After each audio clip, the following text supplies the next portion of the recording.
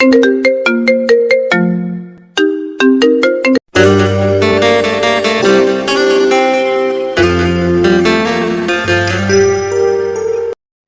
নতুন ভালোবাসার গল্প পেতে আমাদের চ্যানেলটি সাবস্ক্রাইব করে পাশে থাকা বেল আইকনে ক্লিক করুন। ধন্যবাদ। ডেকেছেন? না, আদর করার জন্য ডেকেছি। না, যেভাবে ডাকলেন ভাবলাম। শখ কত! এই যে বেহায়া মেয়েদের মতো আমার পিছনে ঘুরঘুর করো, আমার কি আর কাজ নেই তুমি ছাড়া? আদর করবো বলেছি আর অমনি সত্যি বলে বিশ্বাস করলে? হা হা হা হা। ছাড়ুন, আব্বা কি ভাববে? যা ভাবার ভাবুক, কিছু করার নেই। সামনেই পরীক্ষা, তাই খুব জোরে সোরে ক্লাসগুলোতে পরীক্ষার প্রস্তুতি চলছে। আজও ছোট দুটো টেস্ট নিলেন ইকবাল স্যার। ক্লাসে উপস্থিত ছিল ওরা 120 জন। তাদের মধ্যে সবচেয়ে হাইস্ট নম্বর এসেছে জাহিদের। বন্ধুরা জানতো এবারেও জাহিদই ফার্স্ট হবে। এ পর্যন্ত জাহিদ কোনো পরীক্ষায় সেকেন্ড হয়নি। ওর পুরনো বন্ধুরা জানে জাহিদ অসম্ভব মেধাবী একটা ছেলে। স্কুল লাইফেই বৃত্তি পেয়েছে 2 বার, কলেজেও তেমনি। এখন ঢাকা বিশ্ববিদ্যালয়ে আইন বিভাগে পড়াশোনা করছে। জাহিদের সবচেয়ে কাছের বান্ধবী মেঘাও আইনের ছাত্রী। দুজনের কলেজ লাইফ থেকে বন্ধুত্ব, সেটা প্রেমে পরিণত হতে বেশি দিন লাগেনি। দুজনের প্রেম আর কিছুদিনের মধ্যেই পরিণয়ে রূপ নেবে এমনটি সবার ধারণা। মেঘা এরই মধ্যে বাড়িতে নিয়ে গিয়েছিল জাহিদকে। মেঘার বাবাও খুশি হলেন জাহিদকে দেখে। যেমন মেধাবী তেমনি গুড লুকিং। মেয়ের পছন্দকে এপ্রিসিয়েট করলেন তিনি। ঠিক হলো পরীক্ষা শেষ হলে ওদের বিয়ে দিতে তার কোনো অমত নেই। তাছাড়া জাহিদের বাবার সাথেও দেখা করতে হবে। মেঘা তাই সুযোগ পেলেই জাহিদকে তাকাতে দেয়। বাসায় জানিয়েছ? কবে বলবে আমাদের কথা? জাহিদ সান্ত্বনা দেয়। আরে বাবা, পরীক্ষাটা তো যেতে দাও, এত অস্থির হচ্ছ কেন? অস্থির কি সাধে হয়ে? ছেলেদের মতি গতির কোনো ঠিক আছে? এখনো বিশ্বাস করো না আমাকে? করি তো। মেঘা হাসে কিন্তু সান্ত্বনা পায় না, কারণ জাহিদ এখনো ওর বাসায় এ ব্যাপারে কিছুই জানায়নি। জাহিদের পরিবার গ্রামে থাকে। জাহিদের বাবা গ্রামের একজন অবস্থাপন্ন গৃহস্থ, গ্রামের সম্মানিত মানুষ। জাহিদের মুখেই শুনেছে তিনি খুবই কড়া ধরনের মানুষ এবং বেশ রাগী। জাহিদ ক্লাস শেষে বেরিয়ে আসতেই মেঘার সাথে দেখা হলো। মেঘা বলল, চলো তোমাকে চা খাওয়াবো। জাহিদ মাথা নাড়ল। না, চা খাবো না, হলে চলে যাব, বাসায় যোগাযোগ করতে হবে। বাসায় কিছু হয়েছে? জাহিদের মুখটা আজ একটু মলিনই মনে হলো মেঘার কাছে, তাই প্রশ্নটা করলো। জাহিদ দীর্ঘশ্বাস ফেলে বলল, আমার শরীরটা নাকি বেশি খারাপ, এদিকে সামনে পরীক্ষা, কি যে অবস্থা। বাসায় জানিয়েছো পরীক্ষার কথা? হ্যাঁ, আব্বা তো জানেই, আম্মাও জানে। আব্বা পরীক্ষা দিয়ে দেশে যেতে বলেছে। মেঘার মুখটা এবার মলিন হলো। কবে ফিরবে? 1 সপ্তাহের বেশি তো কোনোদিনই থাকি না, জানোই তো। তাছাড়া এবার স্কলারশিপ পেলে দেশের বাইরে যাব। বার এই লটটা করতে, সেটা নিয়েও আলাপ করতে হবে। আমি আব্বুকে বলেই রেখেছি তোমার সাথে যাব। আব্বু বলেছেন বিয়ে করে তারপর যেতে, এভাবে যেতে দিতে উনি রাজি নন। দেখি, বাড়ি থেকে আগে ফিরি, তারপর এসব নিয়ে ভাববো। পরীক্ষা শেষ হতে হতেও 2 মাস চলে গেল। এর মধ্যে মায়ের সাথে ফোনে 2 বার কথা বলেছে জাহিদ। উনি আগের চেয়ে ভালো আছেন, তবে জাহিদকে খুব করে গ্রামে যাবার জন্য অনুরোধ করেছেন। পরীক্ষা শেষ হবার পর দিনই গ্রাম থেকে বাবার ফোন এলো। মা খুব বেশি অসুস্থ হয়ে পড়েছে, তাই বাবার করা আদেশ জাহিদ যেন রাতের ট্রেনেই রওনা দেয়। বাবার আদেশ অপেক্ষা করার শক্তি জাহিদের কোনোদিনই ছিল না, আজও নেই। মেঘার সাথে দেখা করার সুযোগ হলো না ওর, তাই মেঘাকে ফোন করে গ্রামে যাওয়ার কথাটা জানিয়ে দিল জাহিদ। শীঘ্রই ফিরবে এমন আশ্বাস দিতেও ভুলল না। রাতের ট্রেনেই জাহিদ সিলেটের উদ্দেশ্যে রওনা দিল। কোনো রকমে নাস্তাটা সেরেই ফারুক শার্টটা গায়ে চড়ালো। বাম হাতে ঘড়িটা পরে টুপিটা মাথায় দিয়ে 2 হাতে কোনো রকমে দাড়িগুলোতে আঙ্গুল চালালো পরিপাটি করার উদ্দেশ্যে। তারপর দ্রুত পা চালালো। শান্তদের বাসায় এখান থেকে 5 মিনিটের পথ। তবু আজ দেরি হয়ে গেছে বলে ফারুককে দ্রুত পা চালাতে হচ্ছে। ছেলেটার পরীক্ষা চলছে, অথচ পড়ায় একদম মন নেই। ফারুক গিয়ে ধরে বসলে ততক্ষণেই পড়ে। ফারুক চলে গেলে সে নাকি সারাদিন আর পড়তে বসে না। শান্ত ক্লাস 4-এ পড়ে। পড়ালেখায় যথেষ্ট মেধাবী হলেও সে চূড়ান্ত ফাঁকিবাজ, তবে ফারুককে যথেষ্ট সমীহ করে। শান্তদের পরিবারের উপরেও ফারুকের রাগ লাগে। ছেলের পরীক্ষার মাঝখানে মেয়ের বিয়ের এনগেজমেন্ট করলো সেদিন। শান্ত প্রচুর নাস্তা নিয়ে ফারুকের সামনে দিয়ে দাঁত বের করে বলেছিল, স্যার, আপার আজ পান চিনি, তাই আজ পড়ব না। ফারুক প্রশ্ন করেছিল, পান চিনি আবার কি? এনগেজমেন্ট বুঝেন, আমার আপাকে আজকে আংটি পরাবে ছেলেপক্ষ। তার মানে বিয়ে? না না, শুধু আংটি, বিয়ে 6 মাস পর। ফারুক আর কোনো কথা বলল না। এসব আধুনিক যুগের নানান ভিত্তিহীন রেওয়াজের প্রতি তার বিন্দু মাত্র আস্থা নেই। একটি আংটির বৃত্তে দুটি ছেলে মেয়েকে বেঁধে ফেলা, তারপর প্রেম করতে ছেড়ে দেওয়া, এ যেন অভিভাবকের অনুমতি নিয়েই জানা করা। শান্তদের বাড়ির সামনে এসে বেল বাজালো ফারুক। দরজা খুলল একটি মেয়ে, শান্ত ভদ্র মুখশ্রী। ফারুক চট করে চোখ নামিয়ে ফেলল, হাতের মোবাইলের দিকে তাকিয়ে বলল, শান্ত আছে? আমি ওর টিচার। জি আছে, আপনি বসুন, আমি পাঠিয়ে দিচ্ছি। ফারুক ড্রয়িং রুমে বসলো। কিছুক্ষণ পরেই শান্ত এলো, ক্রিকেট ড্রেস পরিহিতা অবস্থায়। সালাম আলাইকুম স্যার। আবার সালাম আলাইকুম? এই হয় সালাম শিখিয়েছে তোমাকে?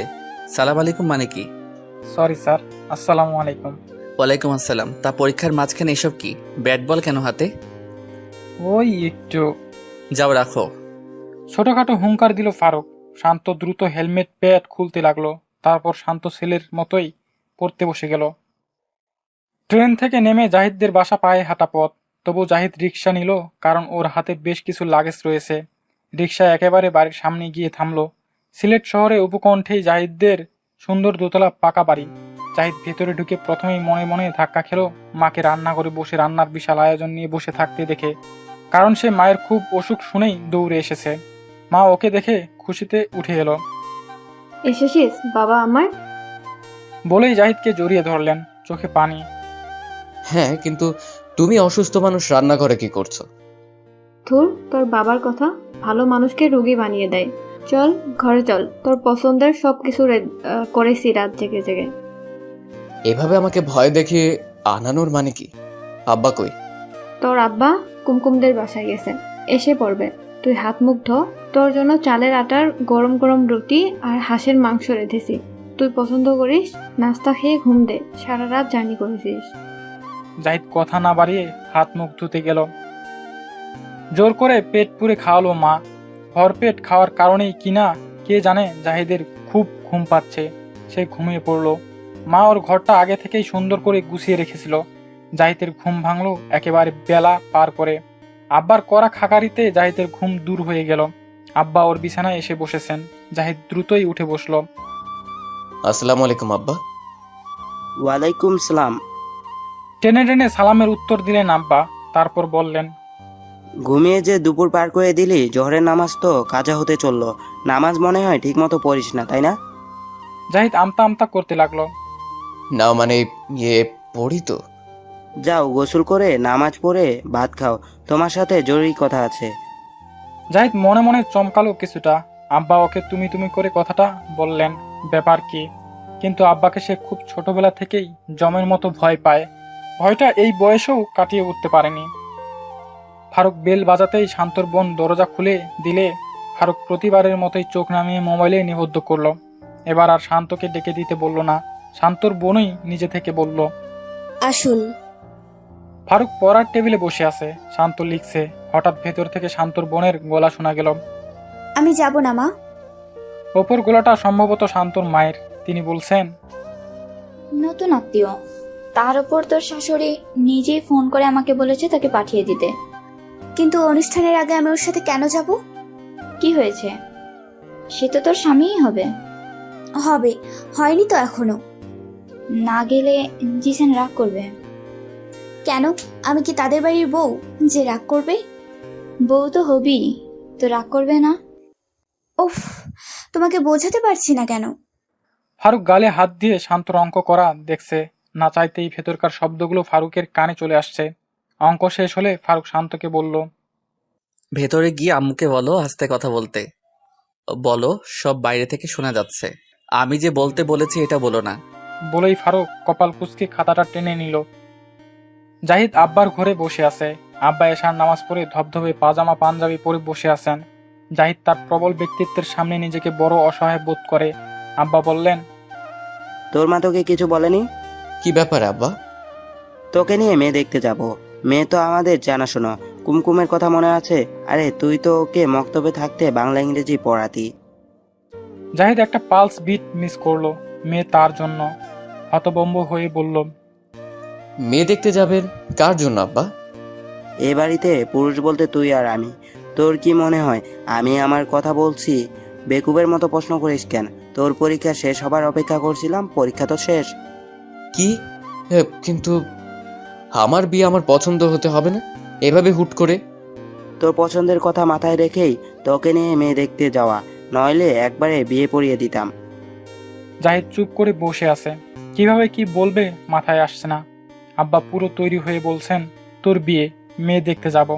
কোনো মানে হয়? মেঘার কথাটা কিভাবে বলবে সে? আম্মাকে বলতে পারতো, কিন্তু আব্বার সামনে তো পারবেই না। এমন সময় আব্বা কথা বলে উঠলেন, তোর পড়ালেখার পিছনে কম ঢালিনি, তোকে মাদ্রাসায় ভর্তি করাতে চাইলাম, কিন্তু বললি যে না, শহরে কলেজে পড়বো। দিলাম পাঠিয়ে শহরে। কলেজ ভার্সিটি শেষ করেছিস, তো এখন বিয়ে না করলে কবে করবি, বুড়ো বয়সে? কিন্তু আব্বা, বারাট ল করতে চাই আমি, নইলে এত কষ্টের কোনো দাম থাকবে না। বটতলার উকিল হয়ে বসে থাকতে হবে। তোকে ব্যারিস্টারি পড়াতে প্রায় 30-40 লাখ টাকা লাগবে। তা না হয় দিলাম, কিন্তু আজকের দুনিয়াদারির উপর আমার বিশ্বাস নেই। শহরের মেয়েগুলো টোপ নিয়ে ঘুরে, মোটা তাজা মাছ দেখলেই বড়শিতে গেঁথে ফেলবে। তাই তোকে বিয়েটা করিয়ে দিই, তুইও শান্তিমতো পড়তে যা। কিন্তু আব্বা। আবার কিন্তু কি? যা তৈরি হ, কুমকুমকে দেখতে নিয়ে যাব তোকে। যদিও দেখাদেখির কিছু নাই, খুবই ভদ্র, নামাজি, আদবদার মেয়ে। মাদ্রাসা শেষ করেছে এবছর, সেখানে শিক্ষকতা করছে। এ যুগে এমন চৌকস মেয়ে হারিকেন দিয়ে খুঁজে পাবি না। বিয়েটা করিয়ে দেওয়া আমার দায়িত্ব। তারপর আমি মরে গেলে দোয়া দিবি আর বলবি কি সম্পদ তোকে দিয়ে গেলাম। শোন, দিনকাল একদম ভালো না, মানুষের মধ্যে এখন ভেজাল ঢুকে গেছে। যা বলি তোর ভালোর জন্যই বলি। যা ওঠ, কথা বাড়াস না। জাহিদ হিপনোটাইজ মানুষের মতো উঠে শার্ট পরল। তারপর আব্বা আর আম্মার সাথে কুমকুম নামে মেয়েটির বাড়িতে গেল। কুমকুমের মা সামনে আসলেন না। কুমকুমের বাবা এসে হাত মেলালেন। তারপর নাস্তা পর্ব শেষে জাহিদকে একটা রুমে বসিয়ে জাহিদের আম্মাই কুমকুমকে নিয়ে আসলেন।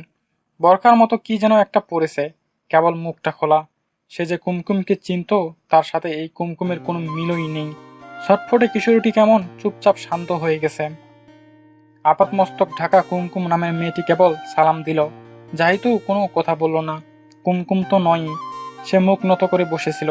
মিনিট 5 পর জাহিদের আম্মা ছেলেকে জিজ্ঞেস করে কুমকুমকে উঠিয়ে নিয়ে গেলেন।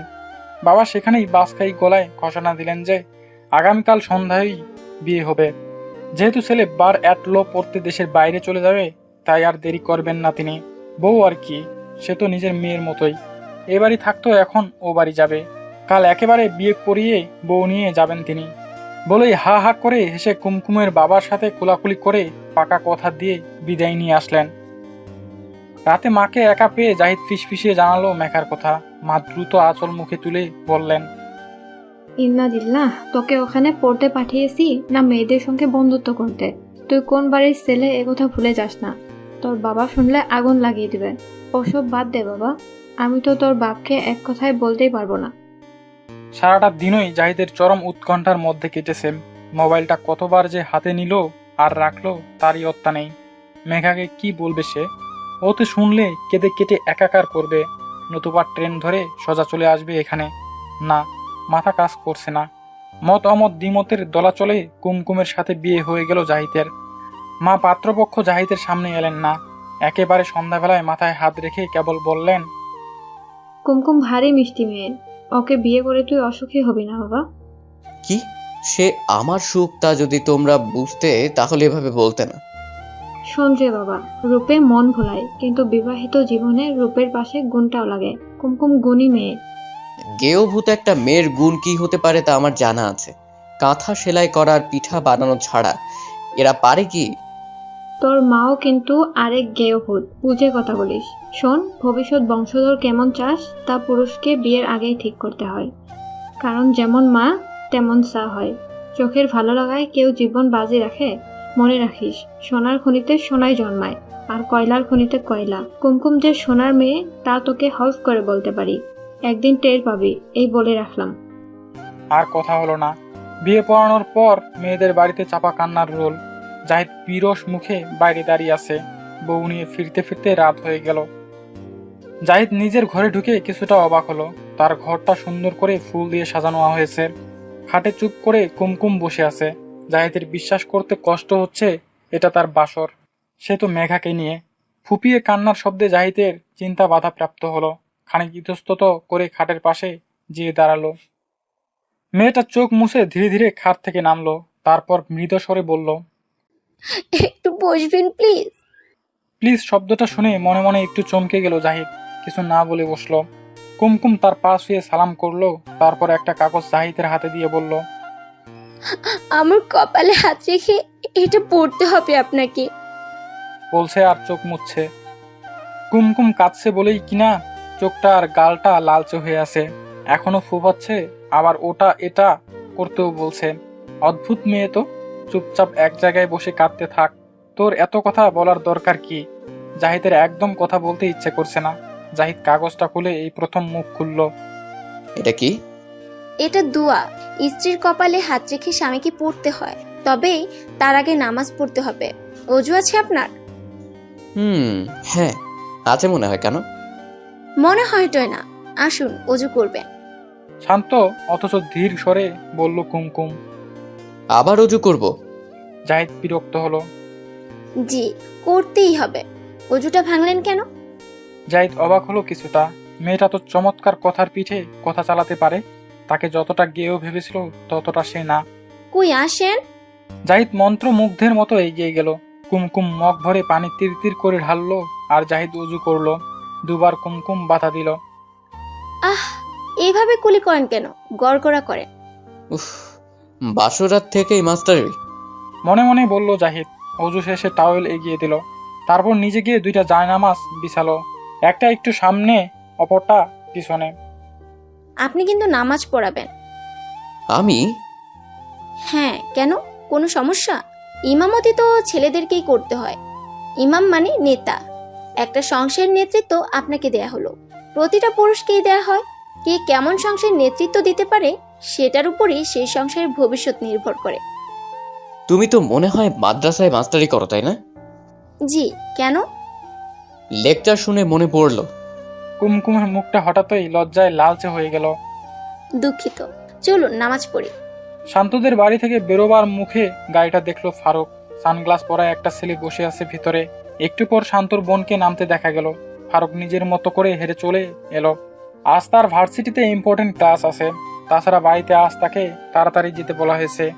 তাকে নিয়ে কোথায় যেন মেয়ে দেখতে যাবার কথা। ফারুক পা চালালো। মোমো গাড়িতে ওঠার পর থেকে চুপ করে বসে আছে, একটা কথাও বলেনি। জিসান কয়েকবার এটা ওটা জিজ্ঞেস করেছে। মোমো দায় সারা গোসের উত্তর দিয়েছে। কেন জানি মোমো জিসানের সাথে সহজ হতে পারে না। আজ মোমোকে নিয়ে জিসানের বড় বোনের বাড়িতে যাবার কথা। ওর বড় বোনের ম্যারেজ ডে আজকে। মোমো সবসময়ই ইন্ট্রোভার্টেড ধরনের মেয়ে। হই উল্লোর চেঁচামেচি হুড়োহুড়ি ওর ভালো লাগে না। ও নিরিবিলি থাকতে ভালোবাসে। বাবা নেই মোমোর। মা আর শান্তকে নিয়েই ওর জীবন আবর্তিত। মোমোর বড় খালা খুব ধনী মহিলা। তিনি মোমোর জন্য এই বিয়ের প্রস্তাবটা এনেছেন। তার ধারণা মোমোদের পরিবারের লাখ শুকর করা উচিত, এমন ধনী ছেলে পেয়ে। ছেলের ঢাকায় গাড়ি বাড়ি সব আছে। সে যে মোমোকে দেখে পছন্দ করেছে এটাই মোমোর সৌভাগ্য। তাই মোমোর মাও পাত্রপক্ষের সব রকমের আবদার পূরণে সশস্ত্র থাকেন, তার ন্যায়ই হোক কিংবা অন্যায়। অনুষ্ঠান শেষে ফিরতে ফিরতে রাত হয়ে গেল। মোমোর মনটা খুব খারাপ। ওই অনুষ্ঠানে জিসান তার বোন আর বোন জামাইয়ের সামনেই মোমোকে নিয়ে নাচানাচি করার জন্য কয়েকবার টানাটানি করেছে। মোমো প্রতিবারই হাত ছাড়িয়ে সরে এসেছে। কয়েকবার তাগাদা দেওয়ার পর জিসান তাকে বাড়ি পৌঁছে দিতে বের হয়েছে, নইলে আরো রাত পারত। ঢাকা শহরে রাত 10টা এমন কোনো রাত না, কিন্তু আবাসিক এলাকাগুলো রাত 8টা বাজলেই নীরব হয়ে পড়ে। তেমনি একটা এলাকা দিয়ে যাচ্ছিল ওরা। হঠাৎ জিসান গাড়ি থামালো। মোমো চমকে উঠল। গাড়ি থামালেন কেন? জিসান হাসলো। তোমাকে একা পাবো বলে। মা মানে? তাড়াতাড়ি বাড়ি ফিরতে হবে, নইলে মা চিন্তা করবেন। তোমার মা ভালো করে জানে তুমি কার সাথে আছো, তাই রাতে যদি আমার নাও ফিরি তবুও তিনি টেনশন করবে না। বলেই জিসান হঠাৎ মোমোর হাত চেপে ধরলে মোমো ধমকে বলে, এসব কি হচ্ছে? প্লিজ চলো না, আজকের সময়টা আমরা নিজেদের মতো কাটাই। শাওনের ফ্ল্যাটটা একদম খা। জিসানের কথা শেষ হবার আগেই মোমো গাড়ির গেট খুলে নেমে পড়লো। এটা দেখে জিসানও দ্রুত নেমে পড়লো। এই কি হলো, নামলে যে? আমি আপনার সাথে যাব না, রিক্সা নেব সামনে গিয়ে, আপনি চলে যান। বলেই মোমো আঁচলটা টেনে মাথা সহ পুরো অর্ধাংশ ভালোভাবে আবৃত্তি করলো। জিসান দৌড়ে ওকে ধরে গাড়ির সাথে চেপে ধরলো। উফ, তোমার এই পালায় পালায় ভাবটা আমাকে তোমার আরো কাছে চুমুকের মতো টানে। বলেই মোমোর ঘোমটা দেওয়া মুখটা ভালো করে দেখে বলল, ঘুমটা তোমার রূপে বাড়তি সৌন্দর্য যোগ্য করেছে। প্লিজ আর কিছু না হোক, একটা চুমু তো ফ্রিতে পেতে পারি, কি বলো? ছাড়েন আমাকে। রাস্তার মধ্যে সব কি শুরু করেছেন? লোকজন দেখছে। লোকজন কোথায় পেলে তুমি? দুই পাশে লেক আর ওই দুই পাশে রাস্তা। জনমানবহীন এই প্রান্তরে তুমি আর আমি আদিম হতে বাধা নেই। আর কিছুদিন পর তো আমরা এক হবই। এখনই তাহলে বাধা কিসে বলো? বলেই মোমোকে এক প্রকার জোর করেই গাড়িতে ঢোকালো। মোমো বুঝতে পারলো আজ জিসানের লোভ থেকে সে বাঁচতে পারবে না, যদি সরব না হয়। ভাবনাটা মোমোর শরীরে বাড়তি শক্তি এনে দেয়। তারপর শরীরে সমস্ত শক্তি একত্রিত করে জিসানকে ধাক্কা দিলে ওর মাথাটা গাড়ির ছাদের সাথে ঠুকে যায়। জিসান মাথা ধরে সিটে বসে পড়লে মোমো ওকে দ্বিতীয় ধাক্কা দিয়ে পাগলের মতো গাড়ির ভেতর থেকে বের হয়ে আসে। দিক বেদিক জ্ঞানশূন্য হয়ে মোমো সামনের দিকে দৌড় দেয়, আঁচলটা দিয়ে নিজেকে যথাসম্ভব পেঁচিয়ে নেয়। তখনই দেখতে পায় দুজন যুবক হেঁটে এদিকেই আসছে। মোমো থেমে যায়। ছেলেগুলো ভালো না মন্দ জানার উপায় নেই, বলা যায় না। ওর অবস্থা ফ্রাই প্যান থেকে চুলার আগুনে পড়ার দশা হতে পারে। মোমো একটি গাছের আড়ালে দাঁড়িয়ে গেল। ছেলে দুটো ওকে ক্রস করে চলে যাচ্ছে। মোমোর খুব ইচ্ছে হলো ওদের ডেকে সাহায্য চায়, কিন্তু ভয় হয় যদি ওরা জিসানের মতোই মন্দলোক হয়। ছেলে দুটো চলে গেছে কিনা দেখার জন্য আরেকবার উকি দিতেই চমকে উঠল। ছেলে দুটোর একজন হলেন শান্ত টিচার। মোমো তার নাম জানে না, কি বলে ডাকবে ভেবে ছেলে দুটোর দিকে দৌড় দিল। তারপর পেছন থেকে ডাকলো, এই যে শুনছেন? পরিচিত একটা কণ্ঠ শুনে ফারুক ফিরে তাকিয়ে শান্তর বোনকে দেখে চমকে গেল। মোমো দৌড়ে গিয়ে তার সামনে দাঁড়িয়ে বলতে লাগলো, আমি খুব বিপদে পড়েছি, প্লিজ আমাকে হেল্প করুন। এত রাতে আপনি এখানে কেন? জিসানের সাথে এসেছিলাম, কিন্তু আর বলতে পারলো না মোমো। সে বাঁশপাতার মতো থির থির করে কাঁপছে। ফারুকের সাথে বন্ধুটি ফারুককে বলল, তুই চিনিস ওকে? শান্তর বোন। ফারুক আর কোনো প্রশ্ন না করে মোমোর দিকে একবার তাকিয়ে বলল, আসুন। বলেই বন্ধুটির সাথে হাত মিলিয়ে তাকে বিদায় দিয়ে হাঁটা ধরলো ফারুক। মোমো ওর পিছনে রীতিমতো দৌড়াতে লাগলো, কারণ ফারুকের সাথে সে তাল মিলিয়ে হাঁটতে পারছে না, বারবার পিছিয়ে পড়ছে। মেইন রোডে এসে ফারুক একটা রিক্সা ডাকলো, তারপর তাতে মোমোকে উঠতে বলল। মোমো উঠে সরে বসলো। ফারুক একটু বিরক্তি নিয়েই রিক্সায় উঠে বসলো। কিছুদূর যেতেই মোমোর ভয়টা কিছুটা কাটলো। সে নিচু স্বরে বলল, আপনি আমাকে খুব খারাপ ভাবছেন, তাই না? আমার ভাবনায় তো আর আপনার কিছু যায় আসে না, অতএব বাদ দিন এসব কথা। বিপরীত দিকে তাকিয়ে বলল ফারুক। সে যথাসম্ভব সরে বসেছে, হাত দুটোকে দু পায়ের মাঝে পরস্পর মুঠো করে ধরে রেখেছে। তারপরেও সামান্য ঝাঁকিতেই দুজনের গায়ে গা লেগে যাচ্ছে। মোমোদের বাসার কাছাকাছি আসতেই ফারুক রিক্সাওয়ালার পিঠে হাত দিয়ে থামতে বলে নেমে পড়ল। তারপর পকেট থেকে ভাড়া বের করে রিক্সাওয়ালার হাতে দিয়ে বলল, ওনাকে নামিয়ে দিয়ে এসো। তারপর মানিব্যাগের দিকে তাকিয়ে সেটা ভাঁজ করতে করতে বলল, যেতে পারবেন না এবার? জি পারবো, আপনাকে অনেক ধন্যবাদ। শব্দটা বলার আগেই ফারুক হাঁটা ধরলো। মোমো সেদিকে তাকিয়ে ছোট নিঃশ্বাস ফেলে রবের শুকরিয়া আদায় করলো। বাসায় ফিরে বেল বাজাতেই মা দরজা খুলে ওকে জড়িয়ে ধরলেন। কোথায় ছিলি তুই? আমি চিন্তায় অস্থির, একা আসলি কিভাবে? মা এক নাগারে প্রশ্ন করে চললেন। মোমো হক চিপিয়ে গেল। মা কিভাবে জানলো যে পথে কোনো সমস্যা হয়েছে? মোমো কি বলবে ভেবে পেল না। ড্রয়িং রুমের পর্দা তুলতেই মোমো ভীষণ চমকে উঠল। জিসান সোফার মধ্যে হেলান দিয়ে আধশোয়া হয়ে ওর দিকে তাকিয়ে আসছে। মোমোর চেহারা কঠিন হয়ে গেল। মা পিছন থেকে বলতে লাগলেন, ছিনতাইকারীরা দেখো কি করেছে, জিসানের মাথা ফাটিয়ে দিয়েছে। জিসান এই অবস্থায় বাড়ি না গিয়ে এত রাতে তোকে খুঁজতে বাড়ি এসেছে। জিসান মুখ গম্ভীর করে বলল, তোমার ওইভাবে দৌড় দেওয়াটা উচিত হয়নি। বাজে কারো খপ্পরে পড়তে পড়তে এখানে তো আমি ছিলাম। আমি থাকতে তোমার কোনো ক্ষতি হতে দিতাম না। তুমি একা এতটা পথ আসাটা উচিত হয়নি। তোমাকে একটু দুধ গরম করে দেই বাবা, বসো। মা উঠে গেলেন। জিসানের কথার মাঝপথেই মোমো ঘৃণা ভরা মুখ ফিরিয়ে চলে এলো সেখান থেকে। জাহিদের বিয়ে হয়েছে আজ 4 দিন হলো। এই 4 দিনেই কুমকুম সবাইকে আপন করে নিয়েছে। শ্বশুর শাশুড়ি মহা খুশি কুমকুমের আচরণে। কেবল জাহিদ নিজেই স্বাভাবিক নয়, সে নিজে থেকে কোনো কথা বলে না, কেবল কুমকুম প্রশ্ন করলে জবাব দেয়। জাহিদ বাবাকে তাগাদা দিল তার বার অ্যাটলোর ব্যাপারে। জাহিদের বাবা জানালেন তিনি টাকার ব্যবস্থা করে রাখবেন। পরের বার এসে জাহিদ টাকাটা নিয়ে যাবে অথবা ব্যাংকের মাধ্যমে পেয়ে যাবে। আগামী শনিবার জাহিদ ঢাকা চলে যাবে। কুমকুমের মনটা খুব খারাপ হয়ে আছে। সে জানে না তার দোষটা কি। বিভিন্নভাবে জাহিদকে প্রশ্নটা করেছে, কিন্তু জাহিদ পরিষ্কার করে কোনো উত্তর দেয়নি। সারাদিন তো এদিক সেদিক করে কাটিয়ে দেয়। রাত হলে ঘরে ঢুকে নিজের মতো করে ঘুমিয়ে পড়ে। কোনো কথাই হয় না ওর সাথে। কুমকুম ঠিক করলো জাহিদ চলে যাওয়ার আগে ওকে চেপে ধরবে। কেন সে এত বিমুখ হয়ে আছে? রাতে ঘরে ঢুকেই জাহিদ নিজের পাশে বালিশটা ঠিকঠাক করে শুতে যাবে, তখনই কুমকুম এসে ওর পায়ের কাছে বসে। জাহিদ সেদিকে তাকিয়ে বলেন, পায়ের কাছে বসেছো কেন? সরো, ঘুমোতে দাও। জি, ঘুমাবেন তো অবশ্যই, কিন্তু আমার কিছু কথার জবাব দিয়ে তারপর ঘুমান। জাহিদ উঠে বসলো। কি কথা? আমি কি আপনার কাছে কোনো অপরাধ করেছি? না, অপরাধ করেছো কেন বলছো? তাহলে আমার সাথে এমন করছেন কেন? কই, কি করছি? আমি আপনার নববিবাহিত স্ত্রী, অথচ আপনি আমার সাথে কোনো কথাই বলেন না। আমার দ্বারা যদি কোনো বেয়াদবি হয়ে থাকে বলুন, নিজেকে শুধরে নেব। আর যদি আমাকে পছন্দ না হয়ে থাকে তাও বলুন। বললে কি করবে? আব্বাকে বলে বাড়ি চলে যাব। তিনি আপনাকে আপনার পছন্দের পাত্রীর সাথে বিয়ে দিয়ে দিবেন। জাহিদ চমকে উঠল। আমার পছন্দের পাত্রী কে বলেছে তোমাকে? কেউ বলতে হবে কেন? আপনি সেদিন ঘুমের মধ্যে মেঘা নামের একটা মেয়েকে ডাকছিলেন। তারপর আমি আপনাকে ছুঁয়ে দিতেই আপনি আবার ঘুমিয়ে পড়লেন। আমাকে বলবেন এই মেঘাটাকে? জাহিদের চোখ থেকে ঘুম পালালো। কুমকুম যদি সত্যি সত্যি আব্বাকে বলে দেয়, তো বিদেশে ব্যারিস্টারি পড়তে যাওয়া তো হবেই না, উল্টো আরো কাহিনী হবে। জাহিদকে চুপ দেখে কুমকুম আস্তে করে বলল, মেঘা নামের মেয়েটি বোধ হয় আপনার বান্ধবী, যাকে আপনি ভালোবাসেন, তাই না? জাহিদ কিছুক্ষণ ইতস্তত করে বলল। তুমি ওয়াদা করো আব্বা আমাকে কিছু বলবে না এই ব্যাপারে? কুমকুম স্মরণ হাসল। ও, আব্বার ভয়ে তাহলে বিয়েটা করা হয়েছে? জাহিদ বিপর্যস্ত বোধ করলো। এভাবে কুমকুমের হাতে নাজেহাল হতে হবে ভাবেনি। কুমকুম দীর্ঘশ্বাস ফেলে বলল, বলুন আপনার কথা। নিশ্চিন্ত থাকেন, আমি কাউকে বলবো না। জাহিদ কিছুক্ষণ থেমে বলল, মেঘা আমার ডিপার্টমেন্টে পড়ে। বিগত 6 বছর ধরে ওর সাথে আমার বন্ধুত্ব। নাউজুবিল্লাহ, 6টি বছর ধরে আপনি জেনে লিপ্ত আছেন? দেখো, এটা যে না কি আমি তা বুঝি না। ঢাকার কলেজ বিশ্ববিদ্যালয় এভাবে ছেলেমেয়েরা পরপর এঙ্গেজড হয়। তাদের সবার বিয়েও হয়? না, সবার হয় না। কারোটা হয়, কারো ব্রেকআপ ঘটে, কারো অন্যত্র বিয়ে হয়ে যায়। এইসবে এখনকার সমাজে প্রচলিত।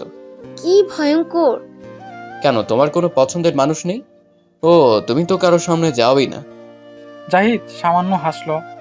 কে বলেছে নেই? অবশ্যই আছে। জাহিদের মুখের হাসি মুছে গেল। কি বলো? কে সে? টপ সিক্রেট, বলা যাবে না। জাহিদ কিছুক্ষণ চুপ থেকে তার আর মেঘার সম্পর্কের দীর্ঘস্থায়িত্বের কথা, দুজনের প্ল্যান, বাইরে যাওয়া সবই বলল। কুমকুম মন দিয়ে শুনল।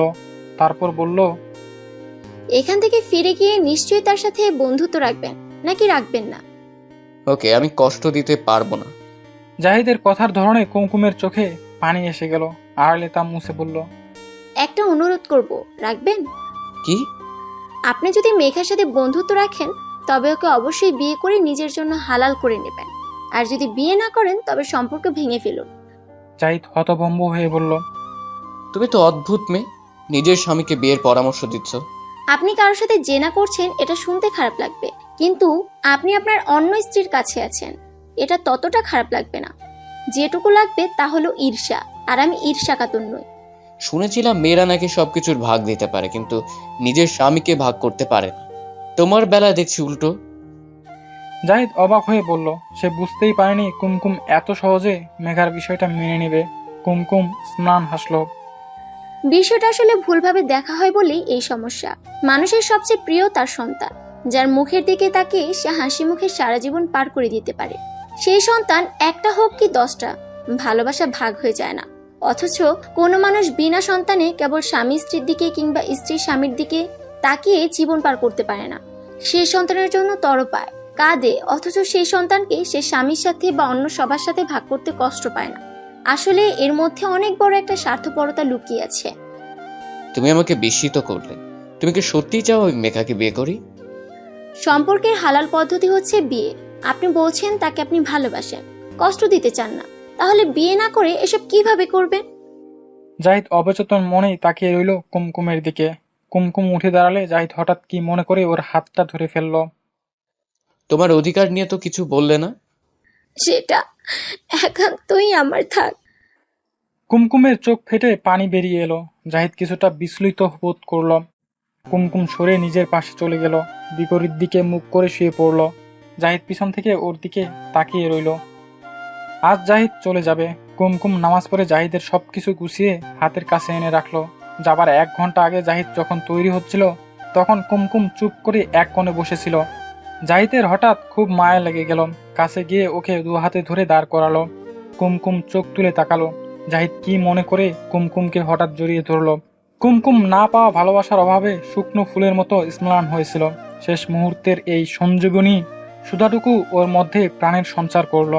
জাহিদ ওর মুখে মুখ রেখে বলল, তুমি খুব ভালো। কুমকুম জাহিদের বুকে মুখ রেখে ভেজা কণ্ঠে বলল, আমি অপেক্ষায় থাকবো। মমুর কথা শুনে ওর মা হতভম্ব হয়ে গেলেন। এসব কি বলছিস তুই? হ্যাঁ মা, আমি বেঁচে থেকেও রোজ মরতে চাই না। জিসান লম্পট চরিত্রের একটা ছেলে। কিন্তু আপা কি এসব শুনতে চাইবে? উনি তো খুব রাগ করবেন। মা, আমার জীবনের চেয়ে তোমার কাছে অন্য কিছু বড় হলো? জেনে শুনে ওই কামুক চরিত্রের লোকটার হাতে তুমি আমাকে তুলে দেবে? মমুর কথা শুনে মা কিছুক্ষণ নীরব রইলেন। তারপর দীর্ঘ শ্বাস ফেলে বললেন, বলা যায় না, বিয়ের পর হয়তো এসব ঠিক হয়ে যাবে। এটা সমাজের মূর্খস্থ কথা মা। যার চরিত্র নাই তার কিছুই নাই। বিয়ের পর সে বাইরে অন্য মহিলাদের সাথে এসব করবে। যাক, বুঝেছি। তোমাকে বলে লাভ নেই। তুমি আমাকে বুঝিয়ে সুঝিয়ে ওর হাতেই তুলে দেবে। তোমাকে এসব বলে লাভ নেই। মা কিছু না বলে উঠে রান্নাঘরে চলে গেলেন। মোমো অবাক হয়ে সেদিকে তাকিয়ে রইল। তারপর 2 হাতে মুখ ঢেকে কেঁদে ফেলল। ভার্সিটির ক্যান্টিনের বাইরে কিছু চেয়ার পাতা আছে। ওরা সেখানেই বসে কথা বলছে, মেঘা আর জাহিদ। জাহিদ কিছুটা অন্যমনস্ক আজ। মেঘা ওর কবজি চেপে ধরে বলল, তোমার কি হয়েছে? ঠিক করে কথা বলো তো। ফেরার পর থেকে দেখছি তুমি মনমরা, যেন বিয়ে করে বউ ফেলে রেখে এসেছো। দুষ্টামি করে হেসে বলল মেঘা, কিন্তু জাহিদ হাসল না। মেঘার দিকে কয়েক সেকেন্ড তাকিয়ে রইল। মনের ভেতর তার নানান ভাবনা সমুদ্রের ঢেউয়ের মতো একের পর এক আছড়ে পড়ছে। মেঘা জাহিদের চোখের সামনে তুড়ি বাজালো। হ্যালো, কাহা খো গয়ে হে তুম? জাহিদ কপাল কুঁচকালো। কি? এটা হিন্দি ভাষা। এর অর্থ হলো কোথায় হারিয়ে গেছো তুমি। খুব সিরিয়াল দেখো বুঝি? না দেখলি ঘুমিয়ে আসে না? জাহিদ দীর্ঘশ্বাস ফেলে 2 হাতে মুখ ঢেকে মিনিট খানেক ভাবল। মেঘাকে আজ সব সত্য বলেই দেবে। মিথ্যের ওপর সে তার সম্পর্ক টিকিয়ে রাখতে চায় না। কুমকুম যদি স্ত্রী হয়েও মেঘাকে বিয়ে করার মতো উদারতা দেখাতে পারে, তাহলে মেঘা তো তার 6 বছরের পুরনো বন্ধু। সে নিশ্চয়ই জাহিদের অবস্থা বুঝবে, কুমকুমকে মেনে নেবে। মেঘার ধাক্কায় ঘোর কাটল। আরে কি ভাবছো এত? জাহিদ মেঘার দিকে তাকালো। মেঘা, তোমাকে একটা জরুরি কথা বলবো। বলো। আমি দেশে যাবার পর বাবা হুট করে আমার মতামত না নিয়ে একরকম চাপ দিয়েই বিয়ে করিয়ে দিয়েছে। বলেই জাহিদ মেঘার মুখের দিকে তাকালো। মেঘা স্তব্ধ হয়ে কিছুক্ষণ তাকিয়ে থাকলো। জাহিদ বুঝলো এটা ঝড়ের পূর্বাভাস। ঝড় ওঠার আগেই প্রকৃতি কেমন থমথমে হয়ে যায়, এটা সেরকমই। মেঘা আস্তে করে বলল, কি বলছো তুমি? জাহিদ ওর হাত ধরতে গেলে এক ঝটকায় হাত সরিয়ে নিয়ে প্রায় চেঁচিয়ে উঠল মেঘা। হোয়াট ডিড ইউ সে? তারপরের ঘটনা না লেখাই ভালো।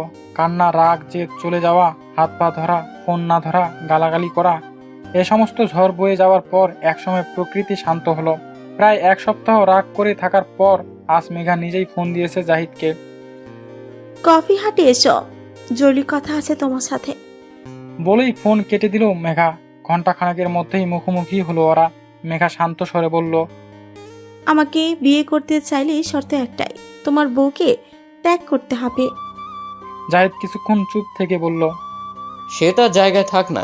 সে তো তোমাকে বিরক্ত করতে আসছে না। তোমাকে বিয়ে করবো না এই কথা তো একবারও বলিনি। তোমার বউকে ছেড়ে তারপর আমার কাছে এসো। জাহিদ মনে মনে কিছুটা বিরক্ত হলো। বলল, সেক্ষেত্রে তোমাকে বিয়ে করাটা কঠিন হয়ে যাবে, কারণ বাবা জেনে গেলে তুলকালাম কাণ্ড হবে। আমার পড়াশোনায় বন্ধ হয়ে যাবে। তাছাড়া বিয়ে করে তোমাকে নিয়ে ইংল্যান্ড চলে যাব। কুমকুমকে নিয়ে আমাদের না ভাবলেও চলবে। মেঘা মাথা নিচু করে ভাবলো কিছুক্ষণ, তারপর মুখ তুলে বলল, ওকে, বাবার সাথে কথা বলে জানাবো। সেদিন বাড়ি থেকে ফোন এলো জাহিদের। বাবা নিজেই জানালেন যে তিনি টাকাটা ব্যাংকে জমা দিয়ে দিয়েছেন। জাহিদও তার বার এট লোর ফর্ম ফিল আপ করে জমা দিয়ে দিল। পরের সপ্তাহেই মেঘার সাথে বিয়ে হয়ে গেল জাহিদের। বার অ্যাটলো এবং হানিমুন এক ঢিলে দুই পাখি মারতে মেঘা আর জাহিদ উড়াল দিল ইংল্যান্ডের উদ্দেশ্যে। জাহিদের বাবা একবার বলেছিল বিলেত যাবার আগে একবার দেশে ঘুরে যা, মা আর বউয়ের সাথে দেখা করে যা। জাহিদ জানালো সে সময় হাতে নেই, তাই সে দেশে যেতে পারবে না, তবে লন্ডন পৌঁছে ঠিকানা মেইল করে দেবে। জাহিদ আসলে কোনো মায়ার বাঁধনে জড়াতে চায় না। জাহিদ ভালো করেই জানে কুমকুমকে এড়িয়ে থাকাটা তখন ওর জন্য কত কঠিন হয়ে উঠবে।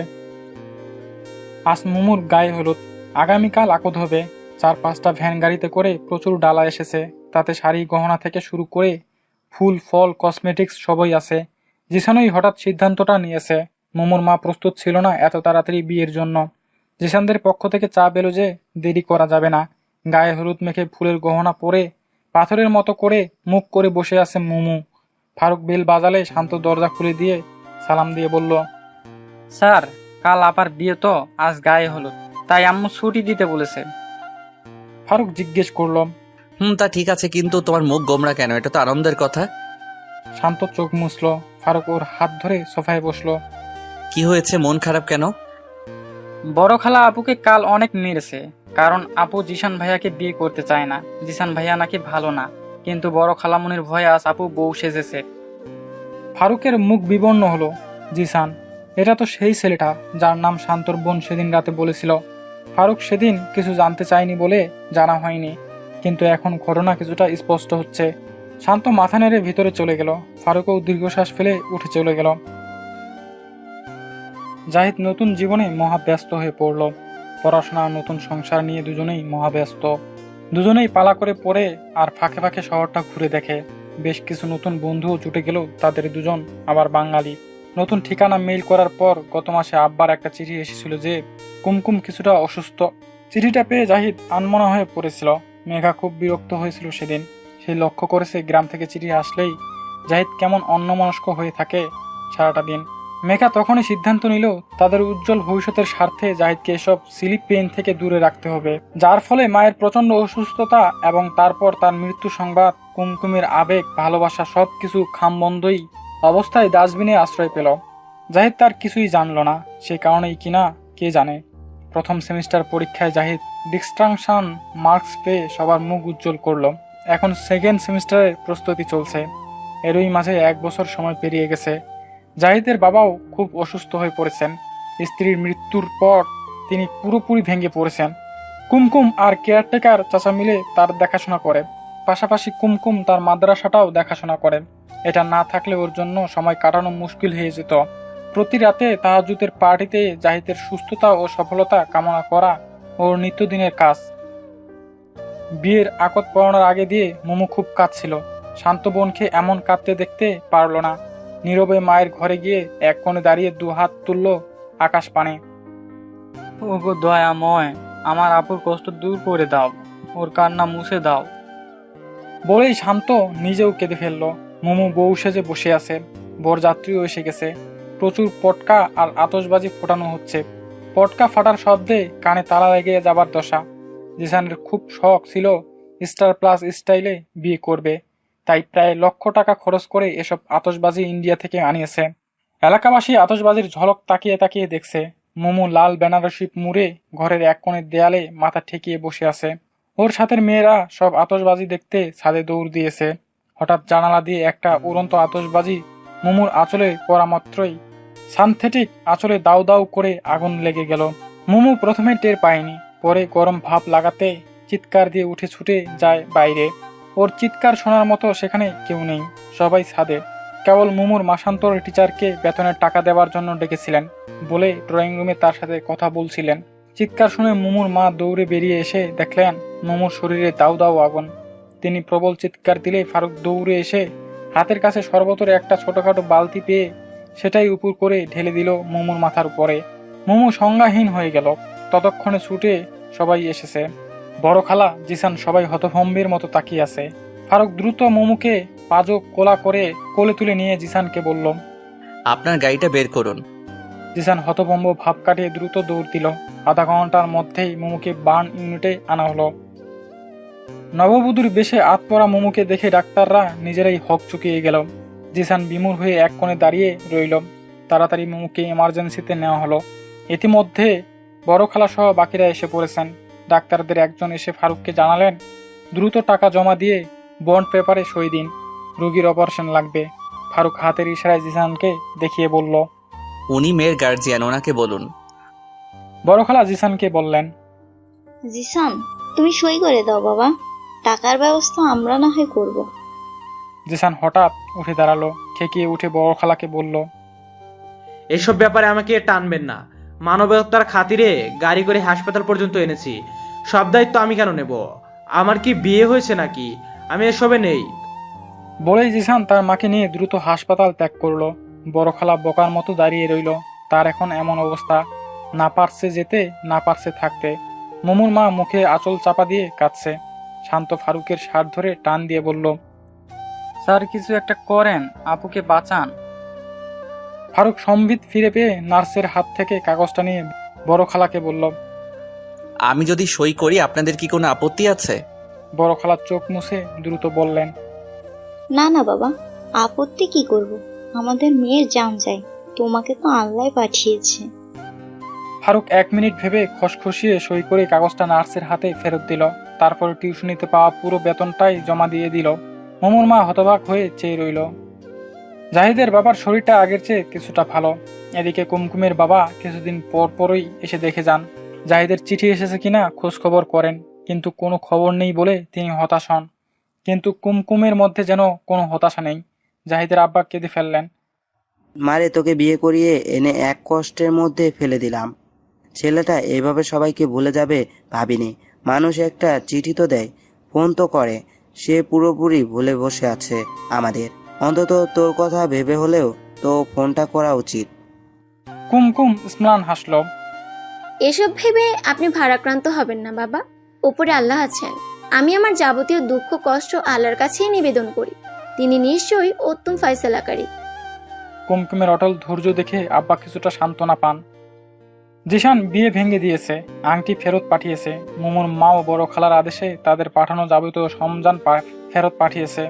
মোমোর অপারেশন শেষে ওকে বেডে দেওয়া হয়েছে। ডাক্তাররা ফারুকের কাঁধে চাপড় দিয়ে বললেন, জোর বেঁচে গেছেন উনি, 30% ইনজুর্ড হয়েছে। প্রপার যত্ন এবং চিকিৎসায় উনি সেরে উঠবেন, তবে ভেতর থেকে শুকাতে প্রায় 3 মাস লাগবে। তার আগে ওনাকে ফুল বেড রেস্টে থাকতে হবে। মোমোর পুরো দেখাশোনাই ফারুক করছে ঠিকই, কিন্তু সে রুমের ভিতর আসে না। বাড়ি থেকেই খোঁজ খবর করে প্রয়োজনীয় কাজ সেরে চলে যায়। একদিন ফারুক তার মাকেও নিয়ে আসে মোমোকে দেখার জন্য। তিনি মোমোর গালে হাত রেখে আদর করে বলে, আল্লাহ মেহেরবান, তোমার মুখটা বেঁচে গেছে। এরই মধ্যে নার্স এসে রুম থেকে সবাইকে বের করে দিয়ে মোমোর ক্ষত স্থানে ড্রেসিং করে ওষুধ দিয়ে দেয়। প্রায় 20 দিন হাসপাতালে থাকার পর মোমোকে আজ বাসায় নেওয়া হবে। বিকেলেই মোমোকে ডিসচার্জ দেওয়া হবে। তার ঘন্টাখানেক আগেই ফারুক তার মাকে নিয়ে উপস্থিত হয়। কিছুক্ষণ কথা বলার পর তিনি হঠাৎ মোমোর মায়ের হাত ধরে বললেন, আপনার যদি আপত্তি না থাকে তো মোমোকে আমার ফারুকের বউ করে নিতে চাই, আপনি কি বলেন?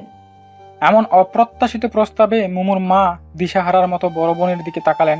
বড় খালা ফারুকের মায়ের হাত চেপে ধরে বললেন, সব জেনে শুনেও যে আপনারা মোমোকে নিতে চাচ্ছেন, এটা তো আমাদের পরম সৌভাগ্য। মোমো এখন কোনো রকমে উঠে বসতে পারে। সেই অবস্থাতেই একটা হালকা সুতির ঢলা জামা পরানো হলো মোমোকে। কেবল মাথার জড়োয়া ওড়নাটাতেই মোমোকে বউদের মতো দেখাচ্ছে। কাজী সাহেব হাসলেন, জীবনে অনেক বিয়ে পড়িয়েছি, মাশাআল্লাহ, এমন বিয়ে পড়ানোর সৌভাগ্য হলো। বিয়ে পড়িয়ে বরকনের জন্য অনেক দোয়া করে তিনি বিদায় নিলেন। একদম ঘরোয়া পরিবেশে মোমোর বিয়েটা হয়ে গেল। শান্তর খুশি আর ধরে না। নতুন বউকে বাড়ি আনা হলো। ফারুকের ঘরটা মা আগে থেকেই গুছিয়ে রেখেছিলেন।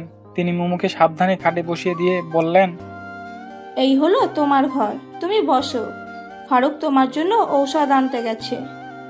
মোমো লজ্জাবনত মুখে কৃতজ্ঞ চিত্তে সেই উপকারী বন্ধুর অপেক্ষা করছে। কেন এই অসুস্থ অবস্থাতেই তাকে বিয়ে করলো ফারুক। মোমোকে নিয়ে নিজের বাসাটা ঘুরে দেখালেন ফারুকের আম্মা। শান্ত এসেছিল সাথে, কিছুক্ষণ আগে ও চলে গেছে, কারণ ওর সামনে পরীক্ষা। বাসাটা ছোটখাটোর মধ্যে সুন্দর, সিমসাম করে গোছানো।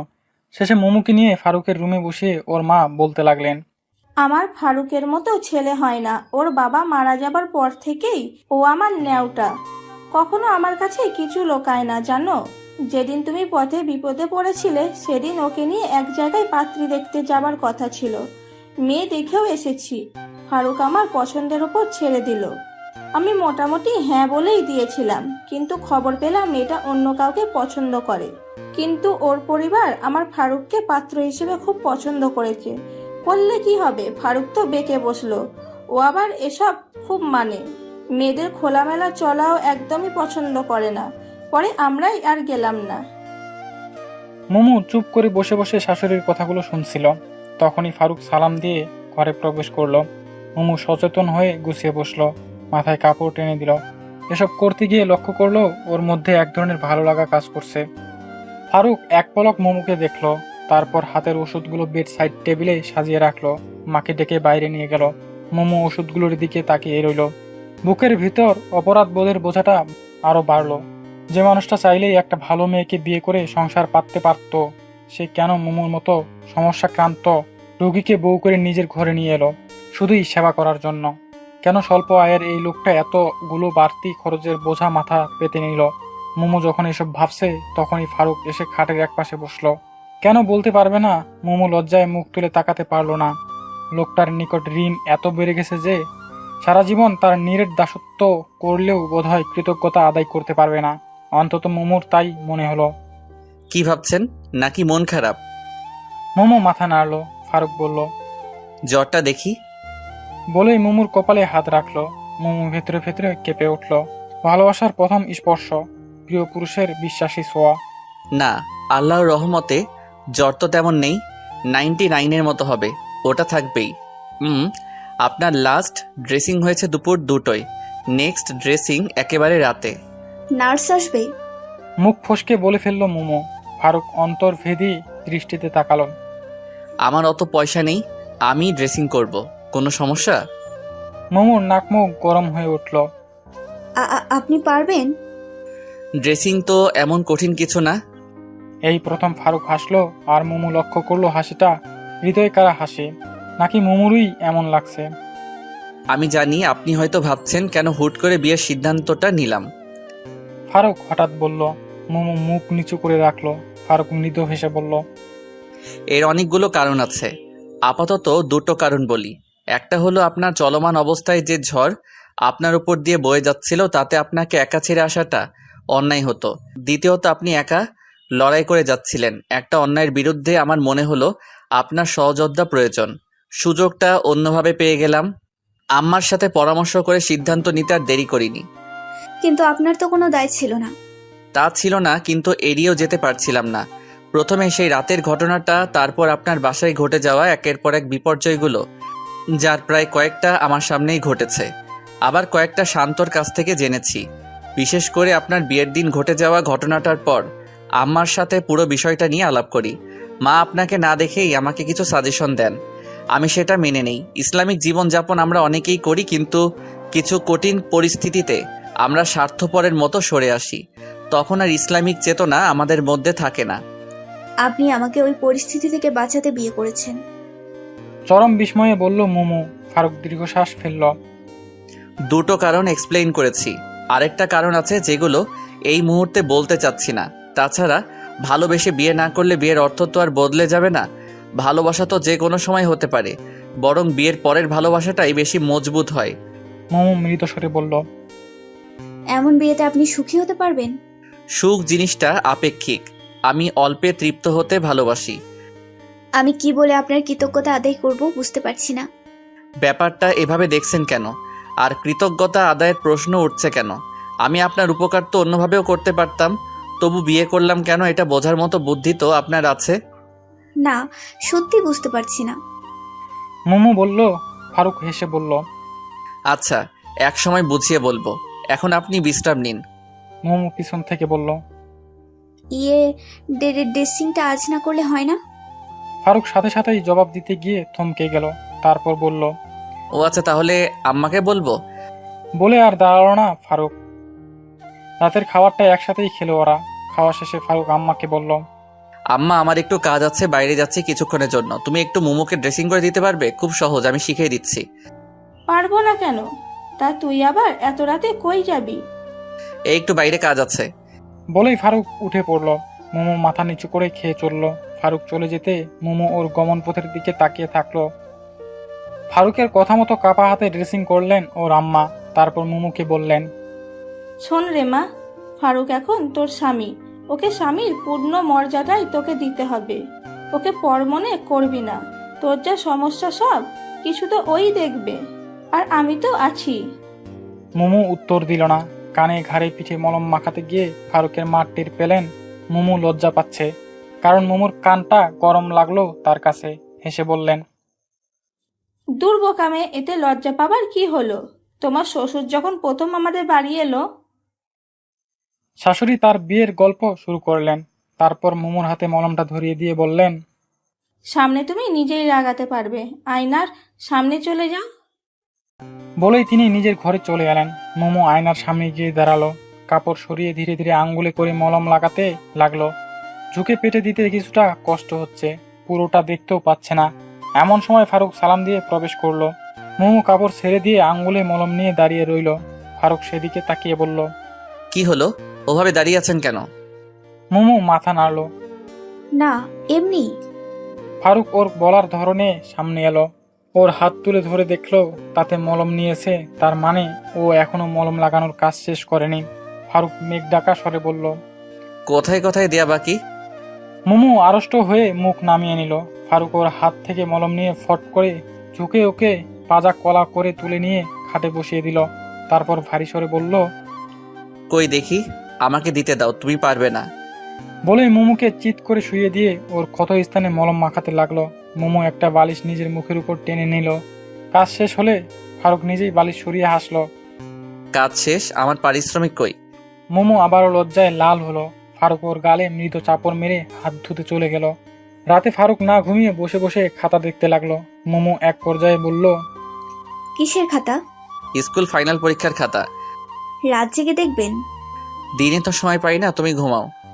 বলেই ফারুক কাজের মধ্যে ডুবে গেল। আর মোমো পরম প্রশান্তিতে চোখ বুঝলো। রবের লক্ষ শকর সে ফারুকের মতো স্বামী পেয়েছে। জাহিদ বাড়ি থেকে শেষ চিঠি পেয়েছে গত বছর। এবছর আর যোগাযোগ হয়নি বাড়ির সাথে। মাঝে মাঝে মায়ের কথা মনে পড়ে। বন্ধু বান্ধব আর পড়াশোনার চাপে জাহিদ পেছনের কথা যেন ভুলেই গেছে। ভার্সিটি যাওয়ার জন্য তৈরি হচ্ছিল জাহিদ। মেঘা ওর আগেই বেরিয়ে গেছে।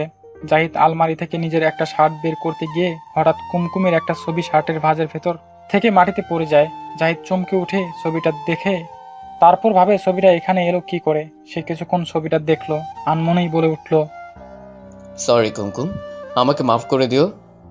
মনটা আরো ভারাক্রান্ত হবার আগেই সে ছবিটা দ্রুত নিজের একটা বইয়ের ভেতর গুজে রেখে দিল। দীর্ঘশ্বাস ফেলে তৈরি হয়ে ভার্সিটিতে চলে এলো। জাহিদের পাশে যে ছেলেটি বসে, সে অস্ট্রেলিয়ার নাগরিক, প্রায় 6.5 ফিট লম্বা আর সাংঘাতিক আমোদে। সবসময় হই হুল্লোড় নিয়ে থাকতে পছন্দ করে। সে জাহিদের হাত থেকে বইটা টেনে নিয়ে ইংরেজিতে বলল, আজকের অধ্যায়টা খুব টাফ, সে কিচ্ছু বুঝতে পারছে না। জাহিদ হেসে বলল, মাথা মোটা না হলে বুঝতে আজকের চ্যাপ্টারটাই তুলনামূলক ইজি। ছেলেটার নাম সানি ক্রুজ। সে জাহিদের বইয়ের পাতা উল্টাতে গিয়ে কুমকুমের ছবিটা পেয়ে হই হই করে উঠল। জাহিদ চমকে তাকিয়ে দেখল সানি আর কয়েকটা ছেলে কুমকুমের ছবি নিয়ে বিভিন্নভাবে মুখভঙ্গি করছে। How sexy girl, wow, is she your girlfriend? Lovely, উফ, কুল। জাহিদের কি হলো কে জানে, মাথায় রক্ত চড়ে গেল। হে ইউ বাস্টার্ড, বলেই সানির নাকে খুশি দিতেই সানির নাক মুখ লাল হয়ে গেল। সবাই মিলে ধরাধরি করে থামালো। সানি দ্রুত সরি বলে ক্লাস থেকে বেরিয়ে গেল। রাতে প্রচন্ড মন খারাপ ছিল জাহিদের। মেঘা একবার শুধু বলল, আজ ক্লাসে সানির সাথে নাকি সিনক্রিয়েট করেছো? জাহিদ কপালে হাত রেখে শুয়েছিল। মেঘা বলল, কি নিয়ে বেঁধেছিল? জাহিদ বলল, কিছু না, আমার কথা বলতে ইচ্ছে হচ্ছে না। পরদিন সকালে জাহিদের ঘুম ভাঙল প্রচুর জ্বর নিয়ে, সাথে শরীরে লাল গুটির মতো অ্যালার্জি নিয়ে। মেঘা ওকে পেইন কিলার দিয়ে নিজে ভার্সিটি চলে গেল। জাহিদ অনুরোধ করলো, আজ না হয় নাই গেলে? আরে না, ইম্পর্টেন্ট ক্লাস আছে। জাহিদ আর কথা বাড়ালো না। জাহিদের জ্বর কমলেও শরীরের অ্যালার্জিগুলো ভয়াবহ রূপ নিতে শুরু করলো। জাহিদ নিজেই ডাক্তারের কাছে গেল। তারা প্রথমে এটাকে ওষুধের পার্শ্ব প্রতিক্রিয়া ভেবে ওষুধ দিল, তারপর মাসখানেক পর আবার ওই ওষুধ বদলে ওষুধ দিল। এভাবে 6 মাসের মধ্যে লন্ডনের সব বড় বড় ডাক্তার দেখানো হয়ে গেল জাহিদের। ডাক্তাররা অবশেষে বললেন এটা একটা রেয়ার স্কিন ডিজিজ, এর কোনো চিকিৎসা নেই এবং এটি ছোঁয়াচে। এই কদিনে জাহিদের সর্বাঙ্গে অ্যালার্জিটা ছড়িয়ে পড়ল। 7ম মাসের মাথায় জাহিদ জানালো সে চোখে ঝাপসা দেখতে পাচ্ছে।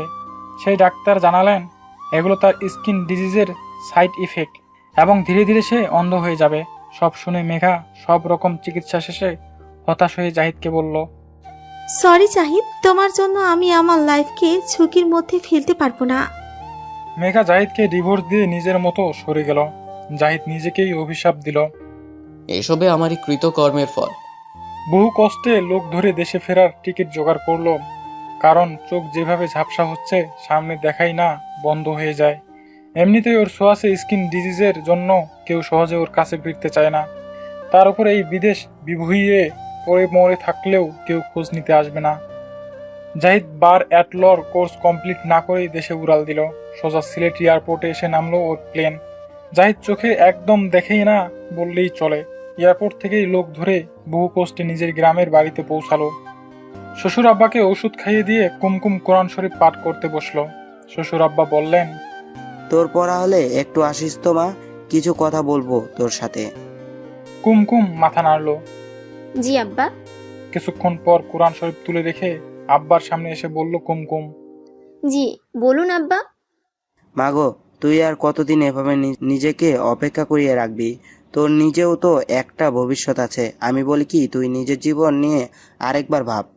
আব্বা আপনি বলছেন এ কথা? হ্যাঁ বলছি, কারণ তুই আমার মেয়ের মতো। স্বার্থপরের মতো তোকে এভাবে অকারণে আটকে রাখতে পারি না। তোর বাবা আমাকে কয়েকবার অনুরোধ করেছে তোকে যেন বুঝিয়ে বলি। বাবা এসব কবে বলল? কই, আমি তো কিছু জানি না। মাগো, আমার ছেলেটা কুলাঙ্গার বেরিয়েছে। একমাত্র ছেলে বলেও সাত আহ্লাদ সবাই পূরণ করেছি, কিন্তু আজ ও নিজের মায়ের মৃত্যু সংবাদ শুনেও একবার খোঁজ নিল না। বেয়াদবি নেবেন না বাবা, ওর এমন তৈরি হবার পেছনে আপনারও কিছু ভূমিকা ছিল। ওনাকে দুনিয়াবী শিক্ষার পাশাপাশি যদি কিছু দেন শেখাতেন, তাহলে বাবা মা হক, স্ত্রীর হক সম্পর্কে তিনি কিছুটা হলেও সচেতন থাকতেন। আমাদের জীবনের কষ্টগুলো আমাদেরই হাতের কামাই আব্বা। তোর কথা সত্যি। এবার আমাকে বল, তুই তো কোনো দোষ করিসনি, তুই দিনদার মানুষ, তোকে আল্লাহ পাক এত কষ্ট কেন দিলেন? কুমকুম স্নান হাসলো। আব্বা, এই দুনিয়াটা একটা পরীক্ষা ক্ষেত্র। মহান আল্লাহ পাক বিভিন্নভাবে আমাদের পরীক্ষা নিয়ে থাকেন। যখন আমাদের উপর কোনো মুসিবত আপতিত হবে, তখন আমরা তার দিকে তাকাবো যারা আমাদের চেয়ে বেশি কষ্টে আছে। এটা রাসূল সাল্লাল্লাহু আলাইহি ওয়াসাল্লামের কথা। তিনি বলেছেন যে তোমার চেয়ে বেশি কষ্টে আছে তার দিকে তাকাও, তাহলে বুঝতে পারবে আল্লাহ তোমাকে কি নিয়ামত দিয়ে ধন্য করেছেন। মহান আল্লাহ সবর পছন্দ করেন। সবরের ফল বড় মিষ্টি আব্বা। যুগে যুগে আমাদের নবী রাসূলগণ সবরের চরম পরীক্ষা দিয়ে আমাদের পথ দেখিয়ে গেছেন। আমিও সেই পথেই হাঁটতে চাই। তার ফল যদি দুনিয়াতে নাও পাই, তবে অবশ্যই আখিরাতে এর জন্য পুরস্কার অপেক্ষা করছে ইনশাআল্লাহ। সবই বুঝলাম মা, কিন্তু দেখতে দেখতে 2 বছর চলে গেছে। কাল আমার কিছু হলে তুই তো একা পড়ে যাবি। তাই বলছিলাম তোর বাবার কথাটা মেনে নে। কি বলেছেন বাবা? তোর কোনো ফুফাতো ভাই আছে, রাশেদ নাম। সে গ্রামে এসেছে, সে নাকি বিয়ে করবে। পাত্রী দেখা হচ্ছে ওর জন্য। সে নিজে সব শুনে তোর নাম প্রস্তাব করেছে। কুমকুম মাথা নাড়লো। না না আব্বা, আমি ওনাকে ছাড়া আর কাউকে স্বামীর স্থানে বসাতে পারবো না। আমার বিশ্বাস উনি একদিন আমার কাছে ফিরবেন। আমার দোয়া বিফলে যেতে পারে না। হঠাৎ পেছন থেকে কুমকুমের আব্বা গর্জে উঠলেন, কেন অযথা জেদ করছিস? তার পাশে কুমকুমের আম্মাও আছেন। কুমকুমের বাবা বললেন, আজ আমি তোর কোনো কথাই শুনবো না। চোখের সামনে বাপ হয়ে এইভাবে তোর ফুলের মতো জীবনটা নষ্ট হতে দিতে পারি না। কুমকুম উঠে দাঁড়ালো, সালাম দিল, মায়ের হাত ধরে বলল, আমার অমতে বিয়ে হলো, আপনারা আমাকে জোর করবেন? কুমকুমের কণ্ঠে কান্না ফুটে উঠল। মা কুমকুমকে জড়িয়ে ধরলেন। মা, এমন প্রস্তাব বারবার আসে না। 2 বছর তো দেখলি, এবার নিজের দিকে তাকা, তোরও তো বয়স বাড়ছে। আমার স্বামী থাকা অবস্থায় আপনারা আমাকে দ্বিতীয় বিয়ের পরামর্শ দিচ্ছেন কি করে? কুমকুম এবার কেঁদেই ফেললো। শ্বশুর আব্বা বললেন, না রে মা, তুই ওই কুলাঙ্গারকে তালাক দিয়ে ইদ্যত শেষেই তো বিয়ে করবি, তার আগে তো না। না না বাবা, আপনাদের দোহাই লাগে, আমাকে এটা করতে বলবেন না। বিআই সাহেব ঠিকই তো বলেছে, তোর নতুন জীবন শুরু করার এটাই উপযুক্ত সময়। কুমকুমের বাবা শক্ত গলায় বললেন। বাবা, বিস্ময়ে হতবাক হয়ে গেল কুমকুম। অবশেষে সেদিনই কাঁদতে কাঁদতে কুমকুম শ্বশুরের কাছ থেকে বিদায় নিল। শ্বশুর নিজেও ঝরঝর করে কেঁদে ফেললেন। যা মা, সুখী হ। মোমো রান্নাঘরে ঢুকলে ফারুকের আম্মা বললেন, সে কি মা, তুই রান্নাঘরে কেন? গরমে আরো খারাপ লাগবে। তোর ঘা তো এখনো পুরোপুরি শুকায়নি। যা ঘরে যা। আমাকে কিছু কাজ দিন না মা, সারাদিন শুয়ে থাকতে ভালো লাগে না। তাহলে ফারুকের বই খাতা, টেবিলটা আর শেলফটা গুছিয়ে ফেলো। সব এলোমেলো রেখেই বেরিয়েছে। মোমো মাথা নাড়ল। সেলফের বই খাতা গুছাতে গিয়ে হঠাৎ ফারুকের একটা ডায়েরি মোমোর হাতে ঠেকলো। আনমনে পাতা উল্টাতে থাকলো। একটা পাতায় এসে চোখ আটকে গেল। ওদের বিয়ের পর দিনের তারিখ দেওয়া। ফারুক লিখেছে, সেদিনে সেই রাতের পর থেকে মেয়েটা আমার মনের মধ্যে গেঁথে গেছে। কিছুতেই ওকে মন থেকে সরাতে পারছি না। এতদিনে আল্লাহ ওকে নিজের করে পাবার একটা সুযোগ করে দিলেন। তবে এটা ছিল আমার জন্য ইমানি পরীক্ষা।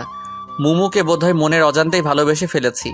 বেচারি একটা বদলোকের পাল্লায় পড়ে বড়শিতে গাথা মাছের মতো ছটফট করছিল। সবই দেখছিলাম, কিন্তু কিছু করতে পারছিলাম না। সে যে অন্যের বাগদত্তা। মোমো পাতা উল্টালো। আজ ওকে আমার নিজের করে পেলাম। সারা দুনিয়ার মধ্যে সে একমাত্র আমার জন্য হালাল নারী, কিন্তু তাকে নিজের ভালোবাসা প্রকাশের এটা উপযুক্ত সময় নয়, কারণ সে অসুস্থ।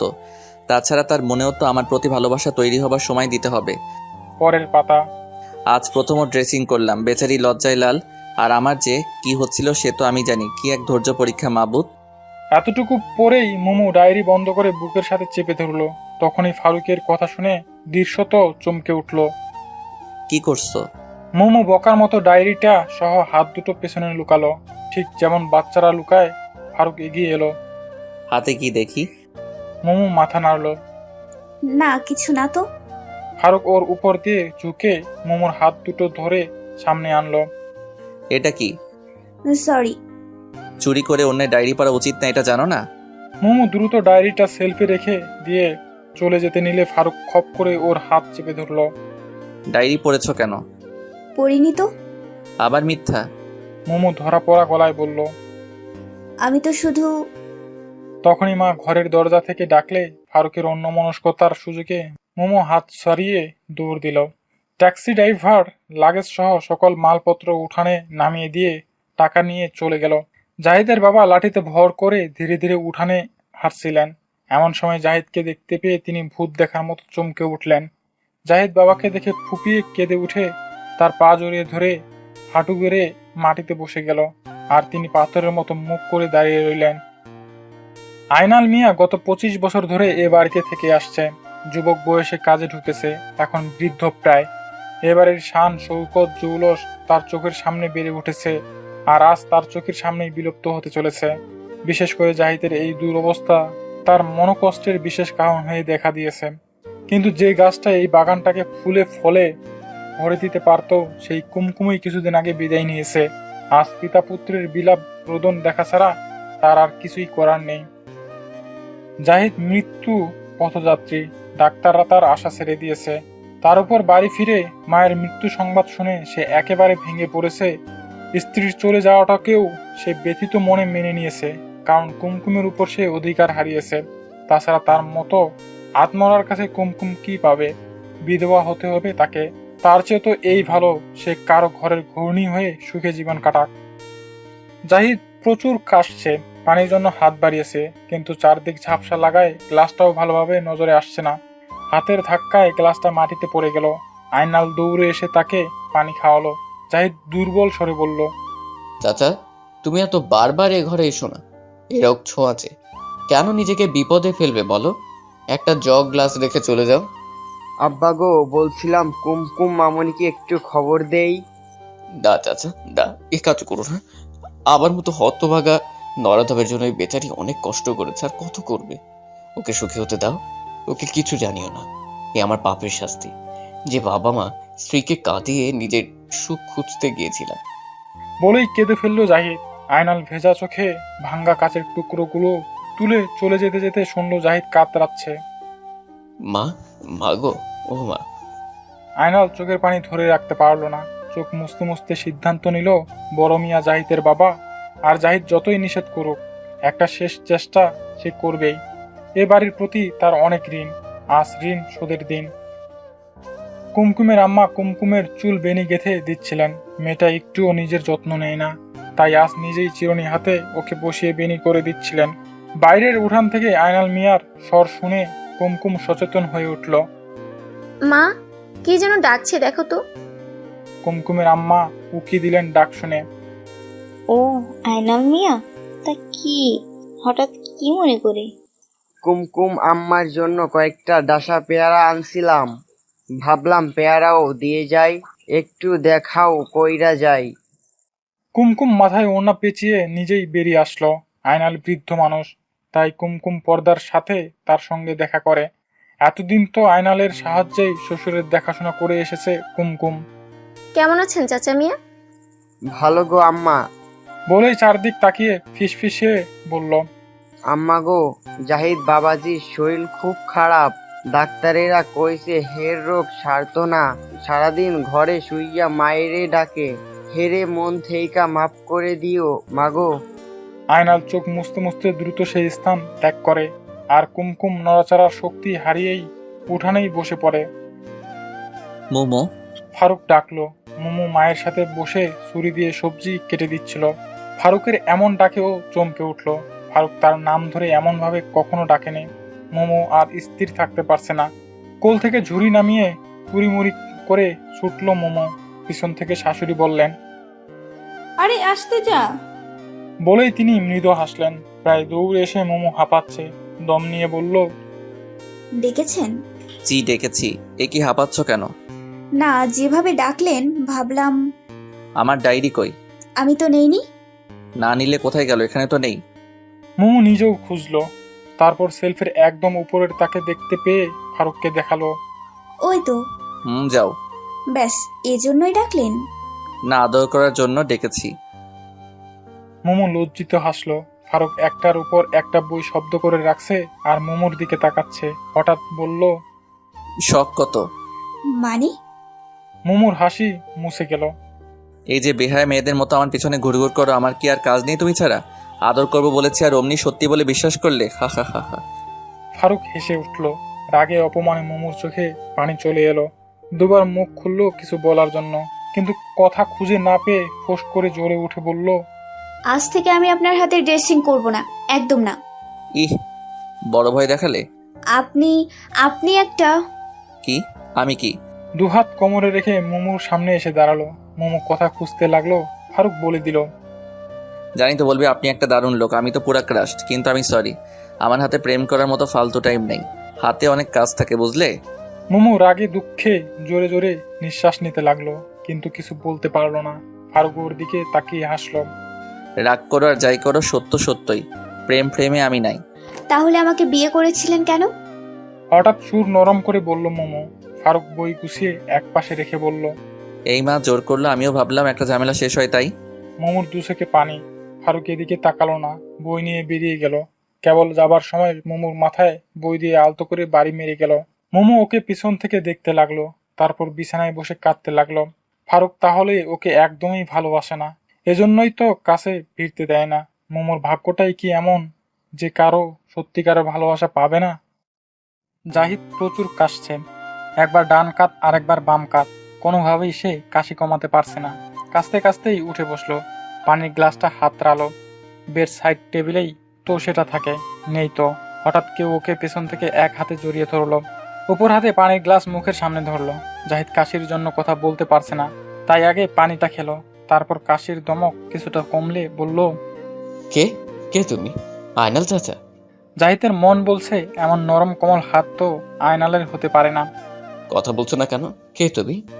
জাহিদ চোখ কষলে কয়েকবার দেখার চেষ্টা করলো, কিন্তু ঝাপসা একটা অবয়ব ছাড়া আর কিছুই দেখা যায় না।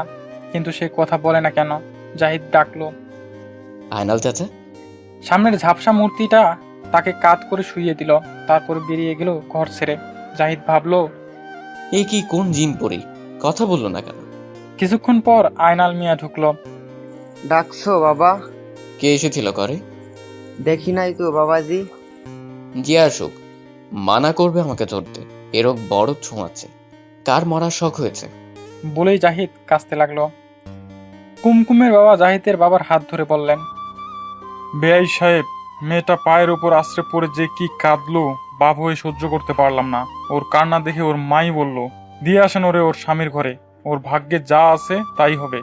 ওর এমন বুক ফাটা কান্না আমি দিনরাত শুনতে পারবো না। কুমকুমকে তাই দিয়ে গেলাম, ওকে দেখবেন। জাহিদের বাবা কোনো উত্তর দিতে পারলেন না, কেবল কাঁদছেন। কুসুম গরম পানির বল এনে ঘরের ভিতর রাখলো আয়নাল। কুমকুম খাটের উপর উঠে জাহিদকে আস্তে করে উঠিয়ে বসালো। জাহিদ বলল, আরে কে তুমি? বারবার আমাকে ধরছো কেন? কথা না বলে জামাটা খুলুন তো, গা মুছবো। কুমকুম বলল। কুমকুম? তুমি কুমকুম? জাহিদ অস্থির বোধ করলো। ওর ঠোঁটে হাসি ফুটে উঠেই মিলিয়ে গেল। না না, ধরো না আমাকে, তোমারও হয়ে যাবে। আমাকে পাপে ধরেছে, এটা বড় ছোঁয়াচ্ছে। তুমি কেন এসেছো? আহা, কথা পরে বলেন তো, আগে জামা খুলুন। ঘরে কেউ নেই, খুলুন তো। জাহিদ বাগরুদ্ধ হয়ে গেছে। কুমকুম নিজেই ওর জামা খুলে পাতলা নরম সুতির কাপড় দিয়ে আলতো করে ওর গাটা মুছে দিল। তারপর কোমর থেকে মুছা ধরতেই জাহিদ বাধা দিল। কি করছো? ছাড়ো, লাগবে না। অবশ্যই লাগবে, আপনি ছাড়ুন তো, মুছতে দিন। জাহিদের চোখ ভরে গেছে পানি, কি বলবে ভেবে পাচ্ছে না, কেবল বলল, কুমকুম, তোমার সেবা পাবার কোনো অধিকার আমার নেই। তোমাকে যে কষ্ট দিয়েছি এটা তার শাস্তি। আল্লাহ আমাকে কখনো মাফ করবে না। বলার সাথে সাথেই কুমকুম ওর ঠোঁটের উপর হাত রাখলো। ছি, এ কথা বলবেন না, আল্লাহর বরত্ব সম্পর্কে কোনো ধারণা নেই। বলেই এই কথা বলছেন। জানেন, একবার বনি ইসরায়েল গোত্রের এক মহাপাপিষ্ঠ খুনি বৃদ্ধ বয়সে মৃত্যুর ভয়ে কাতর হয়ে এক মুসলমানের কাছে গিয়ে বলল, আমি তো সারা জীবন প্রচুর পাপ করেছি, হ্যান পাপ নাই জীবনে করি নাই, আমার জন্য আল্লাহর দরবারে কি কোনো তওবা আছে? সেই লোকটি 99 জন লোককে হত্যা করেছিল। পরে তাকে ওই লোক পথ দেখিয়ে বলল, ওই যে মুসলমানদের গ্রাম দেখা যায়, ওখানে যাও, ওরা তোমাকে তওবা করিয়ে দেবে। বৃদ্ধ লোকটি ধীর পায়ে সেদিকে হেঁটে যেতে লাগলো। পথিমধ্যে তার মৃত্যু হয়। তখনই জান্নাত আর জাহান্নামের ফেরেশতাদের দুটো দলে তাকে নিতে এসে তর্ক জুড়ে দেয়। এ বলে ও পাপী, ও বলে না, সে তওবার পথে গেছে। পরে তারা আল্লাহর কাছে আর্জি জানালে মহান আল্লাহ বলেন, তোমরা পথ মেপে দেখো কোন পথটাতে সে বেশি এগিয়েছে। ওদিকে পথকে আল্লাহ তাআলা হুকুম দিলেন নেকির পথকে দীর্ঘ হতে আর গুনাহের পথকে সংকীর্ণ হতে। ফেরেশতারা মেপে দেখলো বৃদ্ধটি নেকির পথেই বেশি দূরে গিয়েছে। তখন লোকটির রুহু জান্নাতি ফেরেশতারা নিয়ে গেল।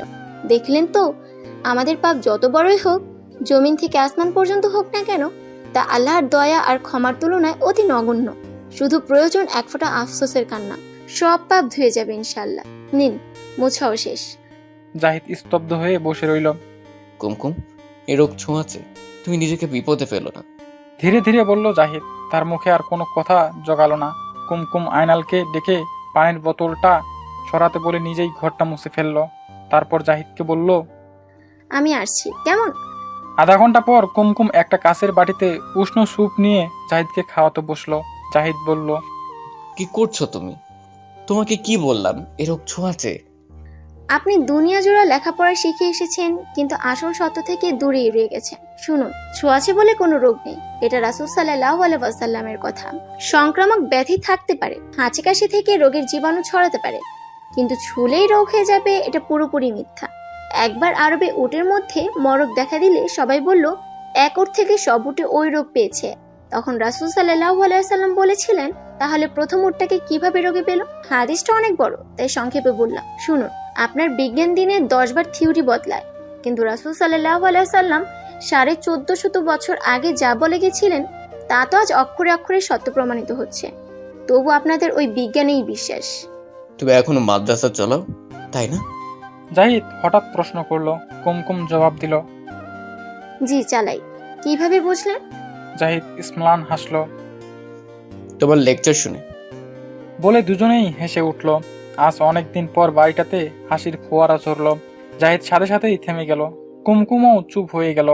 দুজনেরই বিয়ের রাতের সেই ক্ষণটির কথা মনে পড়ে গেল, যখন জাহিদ এই একই কথা বলেছিল। কুমকুম অবশ্য সাথে সাথেই মনমরা ভাব কাটিয়ে উঠে নিজের ওড়নার প্রান্ত দিয়ে জাহিদের ঠোঁট আলতো করে মুছে ওকে আতসহা করে বসিয়ে দিল।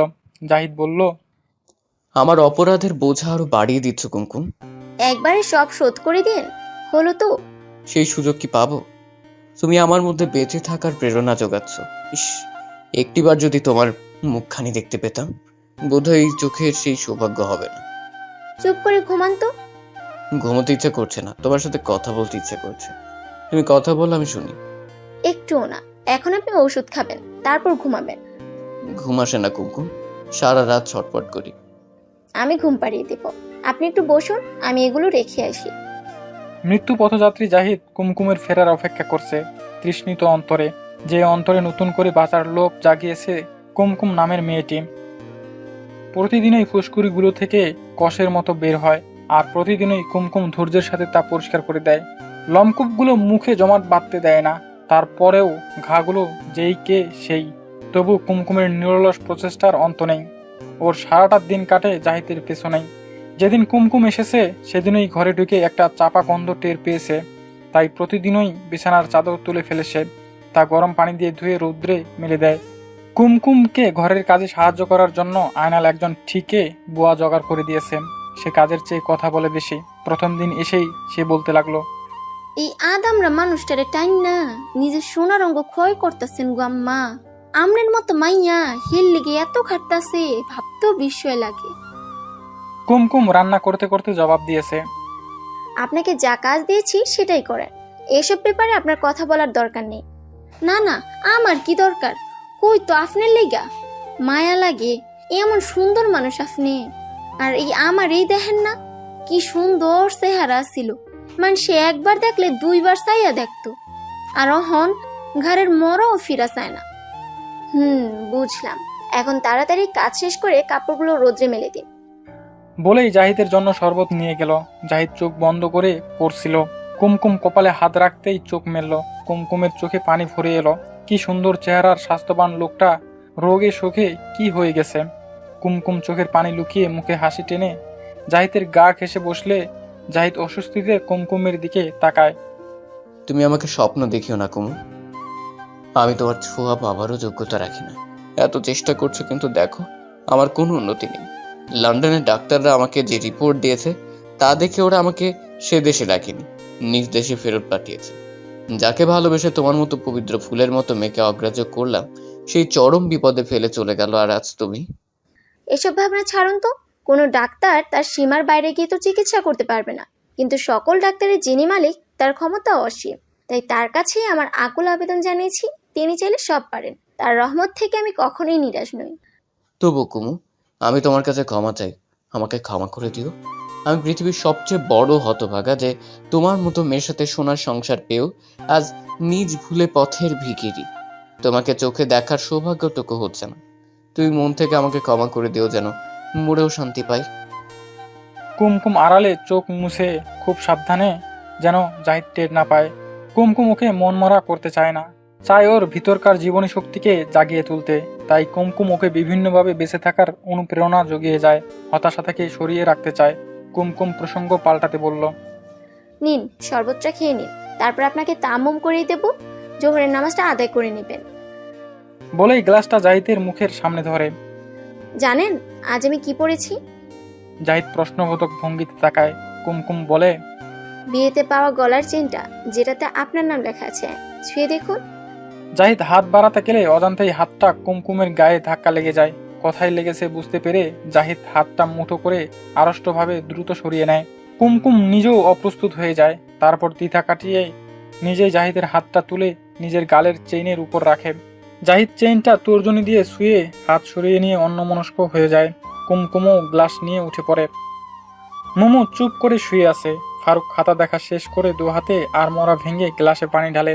এর ফাঁকে ফাঁকে মোমোর দিকে তাকায়। মেয়েটা চুপচাপ হয়ে গেছে। পানিটা খেয়ে মুখ মুছে বিছানায় গিয়ে বসে ড্রেসিং বক্সটা বের করে বললে, কই এসো। মোমো সামান্য চমকে বলে, না থাক। থাকবে কেন, এসো। আর তো মাত্র এক সপ্তাহ, তারপর ডাক্তারের সাথে দেখা করতে যাব, দেখি উনি কি বলেন। মোমো চুপ করে শুয়ে রইল, চোখে পানি। ফারুক আবার ডাকলো, কেউ আসো না কেন? বললাম না দেব না আজকে। ফারুক খানিক চুপ থেকে বলল, এবার কিন্তু আমি আসবো। মোমো ধীরে ধীরে উঠে বসে বলে, দিন, আমারটা আমি দেব।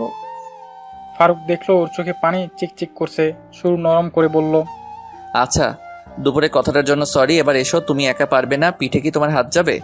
মোমো এগিয়ে এলো। জামা সরাবার মুহূর্তে ফারুক বলে উঠল। প্রতিদিন যে কি এক যন্ত্রণা। মোমো ঝট করে নিজের কাপড় সোজা করে বলল। আমারটা যতটুকু পারি আমিই দেব, বললাম না আপনার দিতে হবে না। ফারুক এবার ওকে জোর করে টেনে জামা সরিয়ে পেটে পিঠে জীবাণুনাশক লিকুইড দিয়ে মুছে তারপর মলম মাখিয়ে দিল। মোমো নিঃশব্দে কাঁদতে লাগলো। কাজ শেষ করে ফারুক হাত ধুয়ে এসে দেখলো মোমোর চোখ তখনও ভেজা। চুপচাপ টেবিল থেকে ডায়েরিটা তুলে এনে আস্তে করে মোমোর সামনে রেখে নিজের জায়গায় এসে শুয়ে পড়লো। কিছুক্ষণ পর মোমো উঠে বসে ডায়েরিটা টেনে নিল। ফারুকের দিকে তাকিয়ে দেখলো ও ল্যাপ মুড়ি দিয়ে ঘুমাচ্ছে। ডায়েরি খুলে পড়া শুরু করলো মোমো। পড়তে গিয়ে মোমোর মুখ ক্রমশ লাল হতে লাগলো। এক ঝলক আবার ফারুককে দেখে আবার ডায়েরিতে মন দিল। ওকে ড্রেসিং করানোটা আমার জন্য দিন দিন কঠিন থেকে কঠিনতর হয়ে উঠছে। প্রথম দিকে অনুভূতিটা এত তীব্র ছিল না, কিন্তু যেদিন থেকে বুঝতে পারলাম ও আমার বউ, সেদিন থেকে ওকে এড়িয়ে থাকাটা এক অগ্নি পরীক্ষা হয়ে দেখা দিয়েছে। মোমো কাছে আসতে চাই, ভালোবাসতে চাই, কিন্তু আমি ওকে রাগিয়ে দূরে সরিয়ে দেই, কারণ ও কাছে আসলে আমি নিজের মধ্যে একটা বৈদ্যুতিক বিচ্ছুরণ অনুভব করি। মনটা চাই ওকে। মোমো ডায়েরি বন্ধ করে ফেললো। মুস্কি হাসিতে ভরে গেল মুখটা। লজ্জিত হাসিতে আবার ডায়েরিটা খুলল। বোকা মেয়েটা এটাও বোঝে না যে ওকে না ছুঁয়ে থাকাটা আমার জন্য কত কষ্টের। দুজন মানুষ পাশাপাশি থাকি, অথচ এ যেন এক সাগর জলে দাঁড়িয়ে আছে, অথচ তৃষ্ণার্ত। তবে ওকে রাগাতে মজাই লাগে। রেগে গেলে বাচ্চাদের মতো কেঁদে ফেলে, তখন মন চাই থাক, অন্যের ডায়েরি, আমাদের পড়ে কাজ কি, মোমোরটা মোমোই পড়ুক। গভীর রাতে ঘুম ভেঙে গেল জাহিদের ফুপিয়ে কান্নার শব্দে। ঝাপসা অন্ধকারে কিছুই দেখা যাচ্ছে না, কেবল এতটুকু বোঝা যাচ্ছে মাটি থেকে উপর হয়ে বসে আছে। কিছুক্ষণ শোনার পর জাহিদ বুঝলো কুমকুম তাহাজ্জুদের নামাজ পড়ছে আর কাঁদছে। জাহিদ সেভাবেই পড়ে রইল। ওর চোখের কোল বেয়ে পানি গড়িয়ে পড়ল। কুমকুম নামাজ শেষ করে জাহিদের সারা গায়ে বারবার ফু দিতে লাগলো। তারপর আস্তে করে জাহিদের কপালে ছোট্ট চুমু খেয়ে কোরআন নিয়ে বসে গেল। এভাবেই চলছে প্রতিটা দিন, প্রতিটা রাত। এরই মাঝে কুমকুমের বাবা মা এসে জাহিদকে দেখে গেলেন। জাহিদ তাদের কাছেও ক্ষমা চাইলেন। তারা জাহিদকে দেখে দীর্ঘশ্বাস ফেলে মনে মনে মেয়ের ভবিষ্যৎ নিয়ে উদ্বিগ্ন হয়ে ফিরে গেলেন। কুমকুমকে একথা বলার সাহস পাননি ওর মা, যে রাশেদ বিয়ে না করেই ঢাকায় ফিরে গেছে। সে বলেছে সে নাকি কুমকুমের জন্য অপেক্ষা করবে। কথাটা শুনে কুমকুমের মা কুমকুমকে জানাতে চেয়েছিলেন, কিন্তু কুমকুমের বাবা বলতে দেননি। তিনি বলেছেন, তোমার মেয়ের চেহারা দেখে বোঝো না সে জাহিদের সেবা করে যে আনন্দ পাচ্ছে, তা তুমি ওকে অন্য কিছু দিয়ে দিতে পারবে না। ওকে অযথা এসব বলতে যেও না, ওকে ওর ভাগ্যের হাতে ছেড়ে দাও। প্রায় 10 মিনিট সময় নিয়ে মোমোকে দেখলেন ডাক্তার আপা। বেশ কিছুক্ষণ প্রশ্ন করলেন। সন্তোষজনক উত্তর পেয়ে হেসে বললেন, ওষুধগুলো স্টপ করে দাও, আর দাগগুলো মুছতে একটু সময় লাগবে। একটা লোশন দিয়ে দিচ্ছি, প্রতিদিন একবার করে দিবে। দাগগুলো ধীরে ধীরে মিশে যাবে। তোমার তো বয়স কম, দাগ চলে যাবে ইনশাল্লাহ। যাও, তোমার স্বামীকে ডাকো। বাড়ি ফেরার পথে মোমোকে ওর মা আর শান্তর সাথে দেখা করিয়ে আনলো। মোমোর মা না খাইয়ে ছাড়লেন না। মোমোর শাশুড়ির জন্য কিছু খাবার বক্সে করে সাথে দিয়ে দিলেন। রিকশায় ফারুক মোমোকে জিজ্ঞেস করলো, ডাক্তার আপা কি বলল? মোমো দীর্ঘশ্বাস ফেলে বলল, এই সাবধানে থাকতে বলল, লোজ দিয়েছে সেটা নিয়মিত লাগাতে বলল। আর আর আবার কি? কি মাসে তুমি স্বাভাবিক জীবন যাপন করতে পারবে কিনা সে ব্যাপারে কি বলল? স্বাভাবিক জীবনযাপনই তো করছি, অস্বাভাবিক জীবনযাপন করছি নাকি? ফারুক দাঁত কটিয়ে বলল, এক খাটে দুজন দুদিকে মুখ দিয়ে থাকাটা কি তোমার কাছে স্বাভাবিক জীবন মনে হয়? মোমো বহু কষ্টে হাসি চেপে বলল, ও এই কথা। আপা বলেছে আরো 2 মাস সাবধানে থাকতে। কি? ঢোক গিলল ফারুক। জি। মোমো শান্ত স্বরে বলল, মিথ্যে বলছো না তো? ফারুক সন্দেহের দৃষ্টিতে তাকালো। মিথ্যা বলা মহাপাপ, আর এটা কবিরা গুনাহ। মোমো চুপ করে রইল। ফারুক কয়েকবার জিজ্ঞেস করলো, সত্যি করে বলো না? জানি না। মোমো নেকাপটা টেনে মুখটা ভালো করে ঢাকলো। এর আগে সে এই পোশাক পরেনি, আজই পরলো। খুব স্বস্তি লাগছে তার, নিজেকে যেন হেফাজতে লাগছে। প্রতিদিনের মতো আজও ঘুম থেকে উঠার পর জাহিদের পোশাক বদলে চাদর বদলে দেয় কুমকুম। আজ চাদর বদলাতে গিয়ে দেখলো চাদরে সরিষার দানার মতো অজস্র গুঁড়ো গুঁড়ো কি যেন পড়ে আছে। কুমকুমের বুকটা ধক করে উঠল। জাহিদের গা হাত পা নেড়ে চেড়ে দেখে নিশ্চিত হলো যে এগুলো ওর ফুসকুড়ি থেকে ঝরে পড়েছে। কুমকুম আনন্দের আতিশয্যে কেঁদে ফেললো প্রায়। জাহিদের হাতের উপর হাত বুলাতে লাগলো কমলভাবে, আর তার হাতের ঘষায় সেখান থেকে ঘাগুলো শুকিয়ে গুঁড়ো হয়ে ঝরছে। কিছু এখনো কাঁচা আছে, তার মানে জাহিদের ঘা শুকাচ্ছে। কুমকুম দ্রুত একটি শুকরানা সেজদা দিল। জাহিদ কুমকুমকে ডাকলো, এই কুমু, এদিকে এসো তো। কুমকুম দ্রুত ওর সামনে গিয়ে বসলো। জি বলুন। আমার শরীরের টনটনে ব্যথাটা না আজ অনেক কম, প্রায় নেই বললেই চলে। আলহামদুলিল্লাহ সুম্মা আলহামদুলিল্লাহ। খুশির আবেগে কুমকুম জাহিদকে জড়িয়ে ধরে ওর ঠোঁটে চুমু খেলো দুবার। তারপর কুমকুম ছুটে গেল শ্বশুরের কাছে। জাহিদ স্তব্ধ হয়ে বসে রইল। পরের দিনই গাড়ি আনিয়ে জাহিদকে ঢাকার নামকরা স্কিন স্পেশালিস্টের কাছে আনা হলো। কুমকুমকে তার মায়ের বাড়িতে 2-3 দিনের জন্য রেখে জাহিদকে নিয়ে ওর বাবা ঢাকায় এলেন। যে কয়দিন তারা ঢাকা থাকবেন সেই কদিন কুমকুম তার বাবার বাড়িতে থাকবে, এমনটি সিদ্ধান্ত হলো। যাবার আগে জাহিদ কুমকুমের কপালে চুমু খেয়ে ঠিক প্রথম দিনের মতো মুখে মুখ রেখে বলল, ইনশাআল্লাহ তোমার কাছেই ফিরবো। কুমকুমও ওর বুকে মাথা রেখে বলেছে, আমি অপেক্ষায় থাকবো। মোমো আজ সুন্দর করে শাড়ি পরেছে, একটু সেজেছেও। ড্রেসিং টেবিলের সামনে বসে চুল আঁচড়াচ্ছিল, তখনই ফারুক ঘরে ঢুকেছে।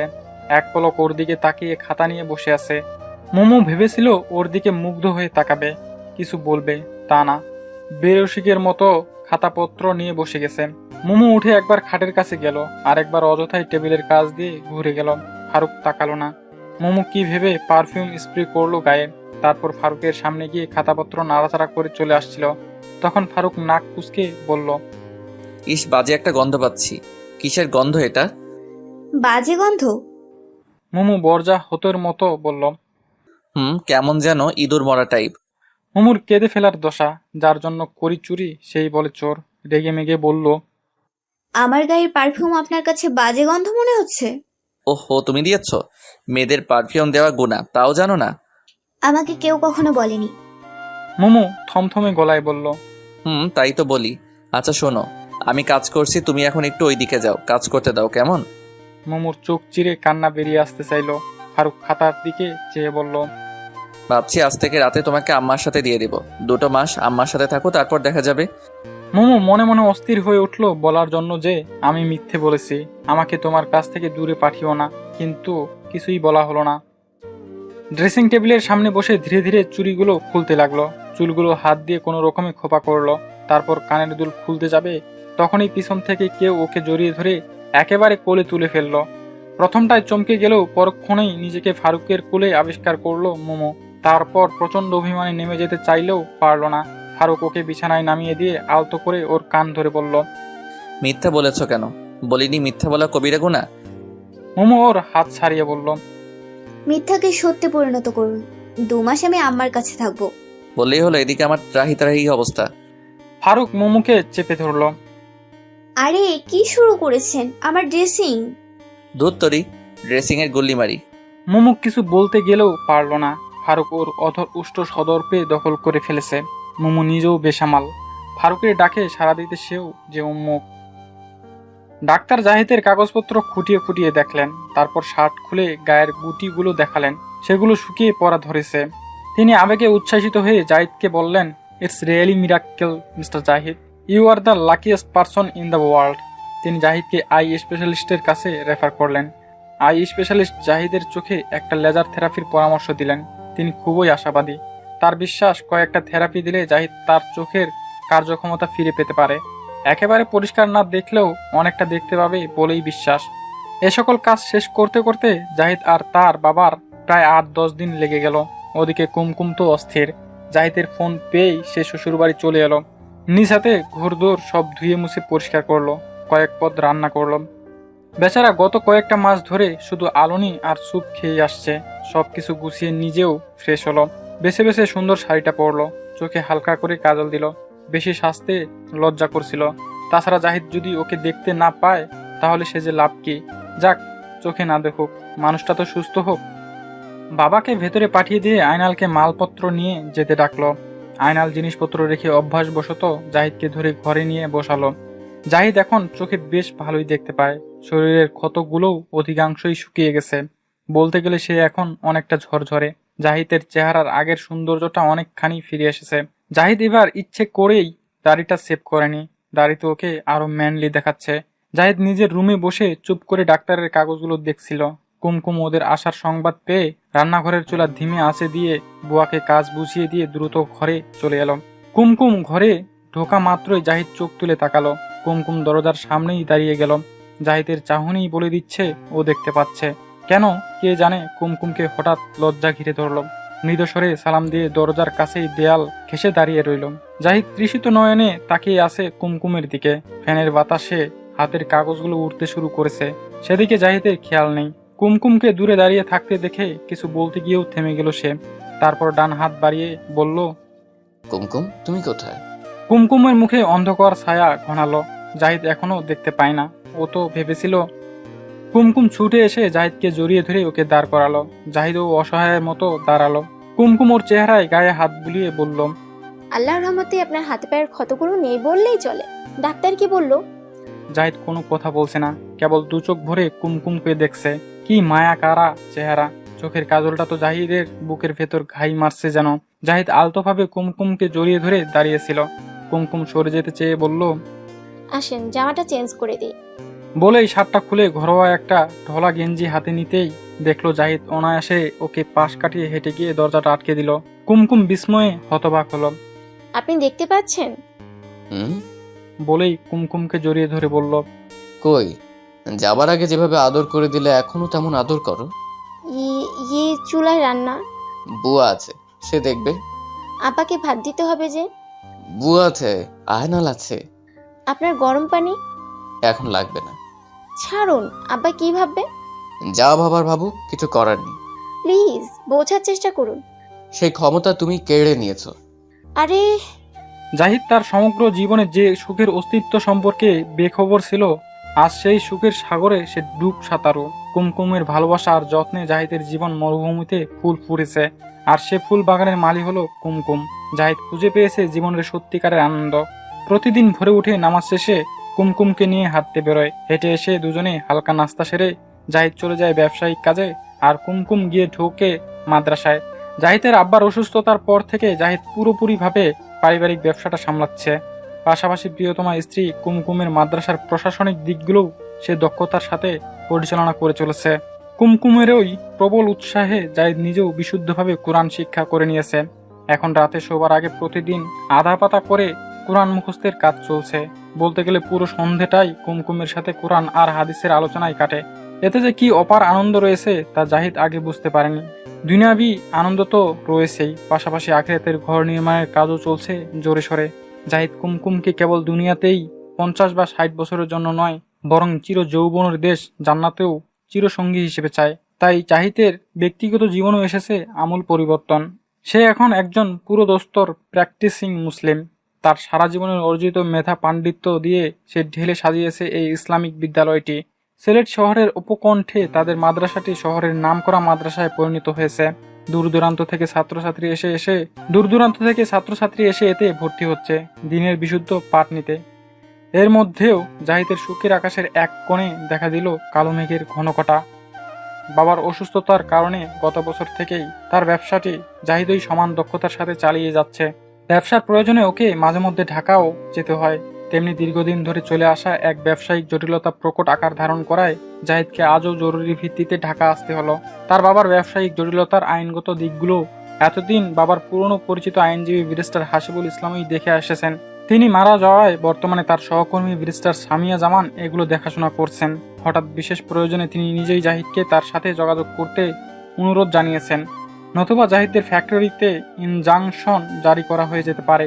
আর এটা ঠেকাতে না পারলে জাহিদদের ফ্যাক্টরি বন্ধও হয়ে যেতে পারে। প্রায় কোটি টাকার লস গুনতে হবে জাহিদদেরকে।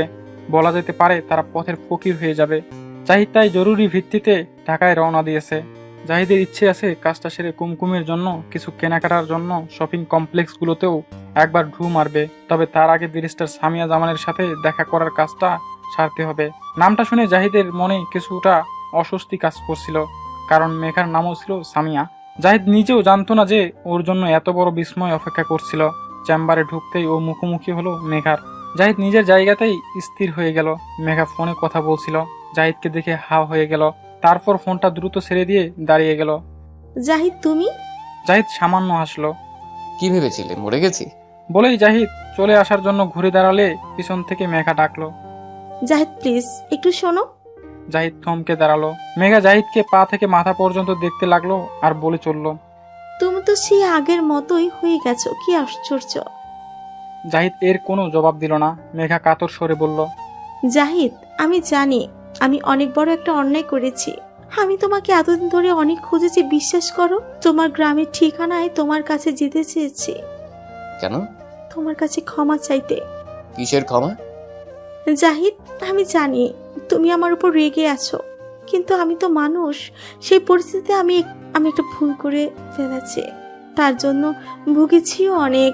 আজ আমি তোমার কাছে ক্ষমা চাই, প্লিজ আমাকে ক্ষমা করো। আমার সাথে তোমার এখন আর কোনো সম্পর্ক নেই মিস সামিয়া জামান, নাকি মিসেস বলবো? আমি আর বিয়ে করিনি জাহিদ। ভালো। জানি তোমার রাগ হওয়াটা স্বাভাবিক, কিন্তু বিশ্বাস করো, তোমাকে ছেড়ে চলে যাবার পর থেকে একটি দিনের জন্য শান্তি পাইনি আমি। কারো কারো কাছে শান্তি কখনোই ধরা দেয় না, কারণ হলো তাদের ভেতরকার আগ্রাসী মনোভাব। তারা কোনো কিছুতেই তৃপ্ত হয় না। বলো, যা ইচ্ছে বলো, তবু আমাকে ক্ষমা করো প্লিজ। আমার মনে হয় আমি এখানে একটা কাজের জন্য এসেছি, আর এখন আমি আমার কাজটা তোমাকে দিয়ে করাতে আগ্রহী নই। আমার ফাইলটা ফেরত দিয়ে দিলে খুশি হব। পাগলামি করো না জাহিদ, তোমার ফ্যাক্টরি এখন বিপদের মুখে। এ সময় তুমি হুট করে এমন সিদ্ধান্ত নিতে পারো না। সেটা আমার ব্যাপার। জাহিদ, আমার কথা শোনো। তুমি যে জাহিদকে চিনতে, সেই জাহিদ মরে গেছে। আমি বিনা প্রয়োজনে পর নারীর সাথে কথা বলতে পছন্দ করি না। আজ আমি তোমার জন্য পরনারী হয়ে গেলাম। অবশ্যই, এভাবে আমাকে বিরক্ত না করলেই খুশি হব। তুমি আমাকে ইগনোর করতে কিভাবে পারছো? তুমি না একসময় আমাকে ভালোবাসতে, আমাকে ছাড়া কিছু ভাবতে পারতে না আজ? জাহিদ, দাঁড়াও 1 মিনিট। জাহিদ প্লিজ, আমি খুবই অনুতপ্ত। আমি আজ ভীষণ একা। জাহিদ চেম্বার ছেড়ে বেরিয়ে গেল। মেঘা অসহায়ের মতো ওর গমন পথের দিকে তাকিয়ে ফিস ফিস করে বলল, আমার ছোট্ট ভুলের জন্য আমাকে এত বড় শাস্তি তুমি দিতে পারো না জাহিদ। তোমার পিছু আমি ছাড়বো না, তোমার ক্ষমা আমি আদায় করেই ছাড়ব। মেঘা ফোন তুলল।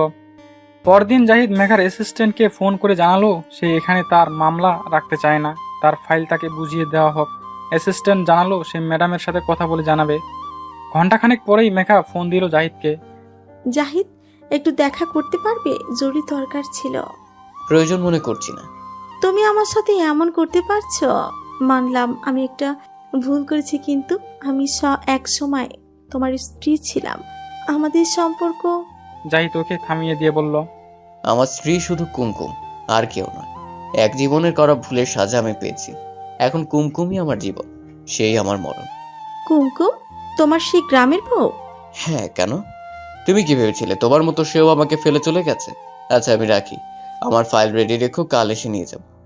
বলেই জাহিদ ফোন রেখে দিল। পরদিন চেম্বারে গেলে মেঘা হাসি মুখে জাহিদকে ওয়েলকাম করলো। জাহিদ শান্ত গম্ভীর স্বরে বলল, আমার ফাইলটা দাও। তাহলে তুমি আমাকে দিয়ে কাজটা করাতে চাচ্ছ না? না। মেঘা সামান্য হাসলো, তারপর নিজের চেয়ার ছেড়ে উঠে দাঁড়িয়ে জাহিদের সামনে এসে বলল, কাজটা কিন্তু বিগত 10 বছর ধরে আমাদের অ্যাসোসিয়েটের পক্ষ থেকেই পরিচালিত হয়ে আসছে, এবং এটার পিটিশনার হলেন তোমার বাবা মিনহাজুল ইসলাম। সো তোমাকে ফাইল ফেরত দেবার কোনো প্রশ্নই ওঠে না। আমি সরাসরি ওনার সঙ্গে কথা বলবো। ওনাকে জানাতে চাই যে আমি তার এক্স বৌমা মিসেস সামিয়া জামান তার ব্যবসায়িক আইনগত দিকগুলো পরিচালনা করে আসছি, আর তার পুত্র তাকে না জানিয়ে একসময় আমাকে বিয়ে করে বিদেশ পাড়ি জমায়। জাহিদ হতভম্ব হয়ে ওকে মাঝপথেই থামিয়ে দিয়ে বলল, তুমি আমার বাবাকে এসব কিচ্ছু বলবে না, তিনি খুব অসুস্থ। তাকে এসব বলে তুমি কি করতে চাচ্ছ? তোমার স্ত্রীকেও বলবো। তুমি কি আমাকে ব্ল্যাকমেল করতে চাচ্ছ? আমার স্ত্রী এসবই জানে। জাহিদ ক্ষিপ্ত হয়ে উঠল। কাম ডাউন জাহিদ, তোমার স্ত্রী হয়তো জানে, তোমার বাবা তো আর জানে না। তুমি আমার ভালোবাসা। আমরা দীর্ঘ 6-7 বছর পরের প্রতি বিশ্বস্ত ছিলাম। হ্যাঁ, মানছি আমি ভুল করেছি, কিন্তু ওই রকম পরিস্থিতিতে যে কেউ এমন ভুল করতে পারে, তাই বলে তুমি। দেখো, আমি কাল চলে যাব, তুমি আমার ফাইল আজই দিয়ে দেবে কিনা বলো। যদি না দিই? মানে তুমি কি আমাকে ভয় দেখাচ্ছ? ও নো, শুধু তোমাকে অনুরোধ করছি জাহিদ, প্লিজ আমাকে ক্ষমা করে দাও। করেছি, আর কিছু? মেঘা জাহিদের কাছে এসে দাঁড়ালো। দাড়িতে তোমাকে দারুণ দেখাচ্ছে, তুমি তো আরো। জাহিদ মুখ ঘুরিয়ে বাইলে তাকালো। মেঘা থেমে গেল। মেঘা বলল, আমরা কি আবার এক হতে পারি না জাহিদ? বলেই জাহিদের হাত ছুতে যাবার আগেই জাহিদ ঝটকা মেরে হাত ছাড়িয়ে সেখান থেকে চলে এলো। হোটেলে ফিরেও শান্তিতে ঘুমাতেও পারল না জাহিদ। এক অস্থিরতা ওকে ঘুমোতে দিচ্ছে না। মেঘা তার জীবনের ব্যর্থতার কষ্ট জাহিদকে দিয়ে ভুলতে যাচ্ছে। জাহিদ ভয় পাচ্ছে বাবার কানে গেলে তিনি নতুন করে আঘাত পাবেন। তার যা শারীরিক অবস্থা, এসব চাপ সহ্য করার মতো মানসিক অবস্থা তার নেই। তিনি এটা শুনে যদি মারাত্মক অসুস্থ হয়ে যান বা আরো ক্ষতিকর কিছু ঘটে, তাহলে জাহিদ নিজেকে কখনো ক্ষমা করতে পারবে না। তাছাড়া জাহিদ কুমকুমের মনে আর কোনো কষ্ট দিতে চায় না। জাহিদ ভেবে পাচ্ছে না কি করবে। সে রাতেই ছিল জাহিদের ফ্লাইট। জাহিদ সেই রাতেই ঢাকা ছাড়লো মেঘাকে কোনো কিছু না জানিয়ে। তার আগে বাবাকে পুরো বিষয়টা অন্যভাবে ধীরে ধীরে সহনশীলভাবে জানাতে হবে। তা না হলে মেঘার উল্টাপাল্টা আচমকা খবরে তার হার্ট অ্যাটাক হতে পারে। কুমকুম রান্নাঘরে কিছু একটা করছিল।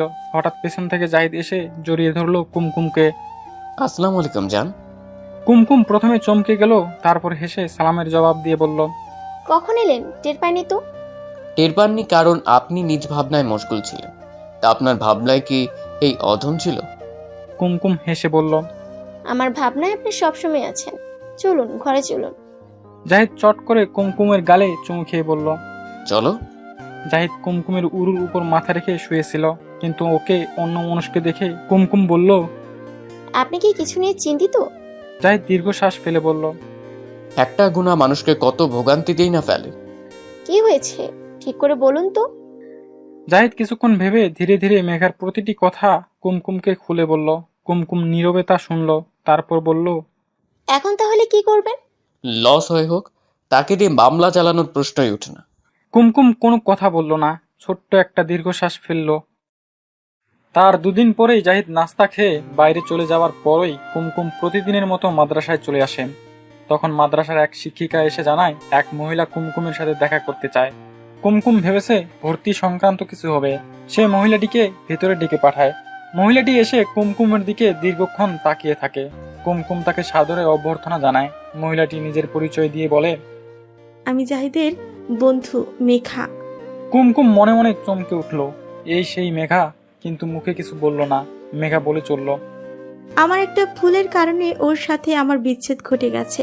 আমি নিজের ভুল বুঝতে পেরেছি, আমি ওকে এখনো ভালোবাসি।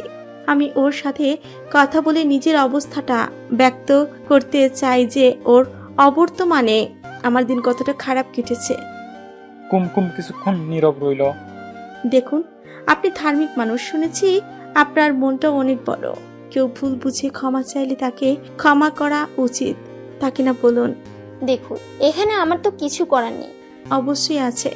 যাই তো একটা বিপদে পড়তে যাচ্ছে, ওর ফ্যাক্টরি ডুবলেও ডুববে। সেটা কি আপনি চান? আপনি কি চাচ্ছেন? আমি চাই আপনি আমাকে আপনার পরিবারের অংশ করে নিন। জায়দের ফ্যাক্টরিতে আঁচও আসতে দেব না। এটা কি এক ধরনের ব্ল্যাকমেলিং হয়ে গেল না? হলে হলো, জাহিদকে হারিয়ে আমিও অনেক ভুগেছি।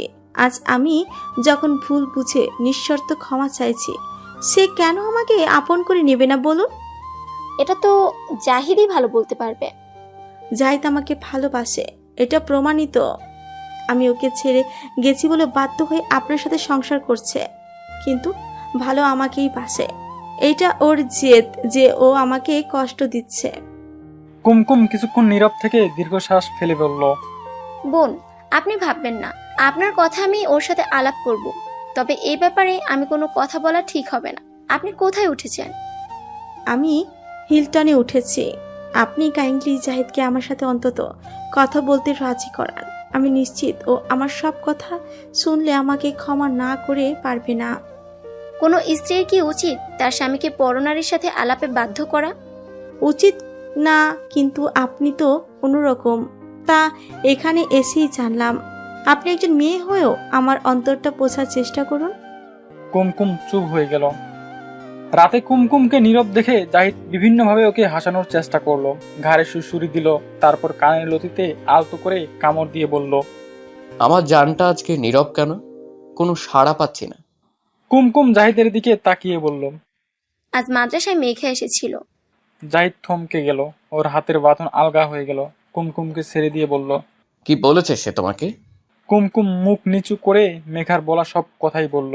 জাহিদ গম্ভীর হয়ে গেল। কুমকুম ওর কাঁধে হাত রেখে বলল, আপনাকে ক্ষমা করে দিন, সে হয়তো নিজের ভুল বুঝতে পেরেছে। দিলাম। তারপর সে তো ক্ষমাতেই সন্তুষ্ট না। সে বলেনি সে কি চায়। আপনার সঙ্গী হতে চায়। এটা জেনেও তুমি আমাকে তার সাথে কথা বলতে বলছো? জাহিদ, আপনার ফ্যাক্টরি নিলামে উঠবে। তাছাড়া বাবা এই আঘাত সহ্য করতে পারবেন না। সব দিক দিয়ে এই পরিবারের বিপর্যয় নেমে আসবে। কেবল আপনাকে নিজের করে ধরে রাখতে গিয়ে এত বড় ক্ষতি কিভাবে হতে দিতে পারি আমি? তাই বলে তুমি আমাকে নির্দ্বিধায় তার হাতে তুলে দেবে? জাহিদ রেগে গেল। কুমকুমের চোখের পানি দেখা গেল। জাহিদ দু হাতে ওর মুখখানি তুলে ধরে বলল, আমাকে তুমি বিশ্বাস করো? আমি যে ওকে বিন্দুমাত্র ভালোবাসি না এটা বিশ্বাস করো, নাকি তোমার মনে সন্দেহ আছে? কুমকুম কিছু বলল না। জাহিদ ওকে ছেড়ে দিয়ে বলল, উল্টো পাল্টা যা ইচ্ছে বলে গেল আর তুমি সেটাই ঠিক করে বসে আছো। কুমকুম আস্তে করে বলল। জাহিদ, আপনি তো চাইলেও কি বিয়ে করতে পারেন? জাহিদ কুমকুমের দিকে কিছুক্ষণ তাকিয়ে থেকে বলল, থাপ্পড় চেন? কুমকুম মুখ নিচু করলো। জাহিদ বলল, অন্য কেউ বললে তাকে চড়ই মেরে বসতাম। কি করে পারলে কথা বলতে? কেমন মেয়ে তুমি? কুমকুম কিছু বলতে চাইলে জাহিদ বাধা দিয়ে বলল, আমার জীবনে তুমি ছাড়া দ্বিতীয় কোনো নারীর স্থান নেই। এই বিষয়ে আর কোনো কথা বলতে চাই না। বলেই জাহিদ বিছানা থেকে নেমে বাইরে চলে গেল। ফারুক নিজের প্রাণান্তকর চেষ্টায় একটা ছোটখাটো কিন্ডার গার্ডেন চালু করেছে। বেশ ভালোই চলছে স্কুলটা। ফারুক এখন এটির উন্নতি নিয়ে মহাব্যস্ত। স্কুল বন্ধ থাকলে কাজের ফাঁকে ফাঁকে মোমুকে নিয়ে চিটাগং কক্সবাজার ঘুরে বেড়ায় ও। এবছরেও যাওয়ার ইচ্ছে ছিল, কিন্তু মোমু নিষেধ করেছে। এবছর সে যেতে পারবে না। ফারুক জানতে চাইল, কেন, কি সমস্যা? মোমো ফারুকের হাতে একটা ছোট্ট চিঠি গুজে দিয়ে লজ্জায় মুখ ঢেকেছে। ফারুক অবাক হয়ে চিঠি খুলে খুশিতে মোমোকে শূন্যে তুলে ফেলল। মোমো ভয়ে ফারুককে আঁকড়ে ধরে বলল, আরে পড়ে যাব তো, নামান প্লিজ। ফারুক ওর কানের কাছে মুখ রেখে বলল, সত্যি আমি বাবা হব? মোমো ফারুকের বুকে মুখ গুজে বলল। হুম। ফারুক পরমানন্দে মোমোকে জড়িয়ে ধরল। জাহিদ অফিসে বসেই মেঘাকে ফোন দিল। জাহিদের নাম্বার দেখে মেঘা দ্রুত ফোন তুলল। জাহিদ শান্ত স্বরে বলল, তোমার সঙ্গে দেখা করতে যাচ্ছি, একটু আসবে? এখনই আসছি। তুমি কোথায়? তোমার হোটেলের গ্রাউন্ড ফ্লোরে অপেক্ষা করছি। আধা ঘন্টার মধ্যেই মেঘা সুন্দর করে সেজে নিচে এলো। জাহিদ গাড়ির দরজা খুলে দিলে মেঘা তাতে উঠে বসার আগে বলল, আমাকে কেমন দেখাচ্ছি? খুব ভালো। মেঘা জাহিদের দিকে তাকিয়ে হাসলো। তারপর গাড়িতে উঠে বসলো। গাড়ি স্টার্ট দেওয়ার আগে জাহিদ বলল, গতকাল কুমকুম আমাকে অনেকক্ষণ তোমার ব্যাপারে বুঝিয়েছে। ভেবে দেখলাম ওর কথাটাও ঠিক। তোমার আমার এক সময় গভীর বন্ধুত্ব ছিল, সেটারও তো একটা মূল্য আছে। তাছাড়া তুমি তো আমাকে অনেক ভালোবাসো, তাই না? মেঘা জাহিদের স্টিয়ারিং ধরা হাতের উপর হাত রেখে বলল, বিশ্বাস করো, তোমাকে ছেড়ে আসার পর থেকে একটি দিনের জন্য শান্তি পাইনি। বিয়ে কি করতে পারতাম না, কিন্তু মন থেকেই আসেনি। পরে বুঝলাম তোমাকেই ভালোবাসি বলি। জাহিদ গাড়ি স্টার্ট দিল। গাড়ি সামনের দিকে টান দিয়ে বলল, তোমাকে নিয়ে আজ দূরে হারিয়ে যাব, রাজি আছো? মেঘা দু হাত আনন্দে চাপলো। ইউনিক লং ড্রাইভে যাবে? ওয়াও জাহিদ, তুমি আমাকে সারপ্রাইজ করলে। আমি জানি তোমার মনে আমার ভালোবাসা মুছে যেতে পারে না। কুমকুম এসে সেটাকে আড়াল করেছে মাত্র। কুমকুমের নাম শুনে জাহিদের চোয়াল শক্ত হয়ে গেল। জাহিদ অ্যাক্সিলারেটরের উপর চাপ বাড়ালো। স্পিডোমিটারের কাঁটা কাঁপতে কাঁপতে 20, 30, 40, 50, 60 করে 70 ছাড়াতে দেখে মেঘা ঘাবড়ে গেল। জাহিদ কি করছো? স্পিড কমাও। জাহিদ শান্ত স্বরে বলল, ঘাবড়িও না, মরলে আজ দুজনে একসাথেই মরবো, কারণ তুমি আমাকে এমনিতেও বাঁচতে দেবে না। মেঘা আটকে উঠল। এসব কি বলছো তুমি? পাগল হলে? স্পিড কমাও প্লিজ। স্পিড কমানো যাবে না, আর গাড়িতে ব্রেক নেই। চলো প্রিয়তমা, দুজন এবার একসাথে মরি। জাহিদ এসব কি বলছো? কেন, তুমি তো আমাকে অনেক ভালোবাসো, তাই না? মেঘা ছটফট করে উঠল। চিৎকার দিয়ে স্টিয়ারিং ধরতে চাইল। জাহিদ গোয়ারের মতো স্পিড বাড়িয়েই চলছে, 75, 80। মেঘা পাগলের মতো চিৎকার করে উঠল, জাহিদ থামাও থামাও থামাও বলছি, প্লিজ। দোহাই লাগে জাহিদ, মরতে হয় তুমি মরো, আমি কেন তোমার সাথে মরতে যাবো? থামাও প্লিজ, থামাও জাহিদ, আল্লাহর কসম লাগে। তীব্র স্বরে স্কিড করে গাড়িটা রাস্তার এক পাশে থামলো। মেঘা প্রচন্ড ঝাঁকিতে সামনে ঝুঁকে গাড়ির ড্যাশবোর্ডের সাথে মৃদু ধাক্কা খেল। ওর কপালটা সামান্য ঠুকে গেল। গাড়ি থামার সাথে সাথে হাঁপাতে হাঁপাতে ও দ্রুত গাড়ি থেকে নেমে গিয়ে বলল, তোমার মতো গোয়ারের সাথে আর এক মুহূর্ত না। জাহান্নামে যাও তুমি, স্কাউন্ডেল। বলেই মেঘা হাঁটা ধরলো। জাহিদ কপালের ঘাম মুছে স্টারিং এর উপর 2 হাত রেখে তাতে মাথাটা ঠেকিয়ে মহান আল্লাহর দরবারে ক্ষমা চাইলো, শুকর জানালো। প্রায় আধা বিধ্বস্ত অবস্থায় জাহিদ বাসায় ফিরলো। কুমকুম উদ্বিগ্ন হয়ে ওর জন্যই অপেক্ষা করছিল। জাহিদ ঘরে ঢুকতেই কুমকুম ছুটে গিয়ে ওকে ধরলো। আমার উপর রাগ করে কাল থেকে একটা কথাও বলেননি। সকালেও নাস্তা না খেয়ে চলে গেলেন। আমি যদি অন্যায় করে থাকি শাস্তি দিন, কিন্তু এভাবে নিজেকে কষ্ট দিচ্ছেন কেন? জাহিদ ওর দিকে কিছুক্ষণ তাকিয়ে থেকে বলল, নিজেকে শাস্তি দিতেই গিয়েছিলাম, তোমার জন্য পারলাম না। এসব কি বলছেন আপনি? আচ্ছা, আমার ভুল হয়েছে, আমাকে ক্ষমা করুন প্লিজ। কুমকুম জাহিদকে শক্ত করে জড়িয়ে ধরে কেঁদে ফেললো। জাহিদ আর নিজেকে ধরে রাখতে পারলো না। কুমকুমের মুখের কাছে মুখ এনে বলল, আর যদি কোনোদিন আমাকে তোমার কাছ থেকে দূরে ঠেলে দাও তো। কুমকুম ওর কথা শেষ করতে দিল না। চুমু দিয়ে ওর মুখটা বন্ধ করে দিয়ে বলল, আর হবে না এমন, প্রমিস। জাহিদ ওকে সারাশির মতো আঁকড়ে ধরলো। কুমকুম সরে যেতে চাইলো। কি করছেন? গেট খোলা। জাহিদ ওকে পাজা কলা করে কোলে তুলে নিয়ে পা দিয়ে সশব্দে গেটটা আটকে দিল। পরদিন মেঘা জাহিদের ফাইল সহ সমস্ত কাগজপত্র ফেরত দিল। আয়নাল এসে তা জাহিদের কাছে দিয়ে গেলে জাহিদ মুচকি এসে ফাইলটা দিয়ে কুমকুমের মাথায় মৃদু চাটি মেরে বলল, এই হলো ভালোবাসা, বুঝেছো? কুমকুম হেসে উঠে দাঁড়ালে জাহিদ হ্যাসকা টানে ওকে নিজের বুকের উপর এনে ফেললো। কাল কিন্তু তুমি প্রমিস করেছিলে। উফ, আপনি তো আমাকে পাগল করে দিবেন দেখছি।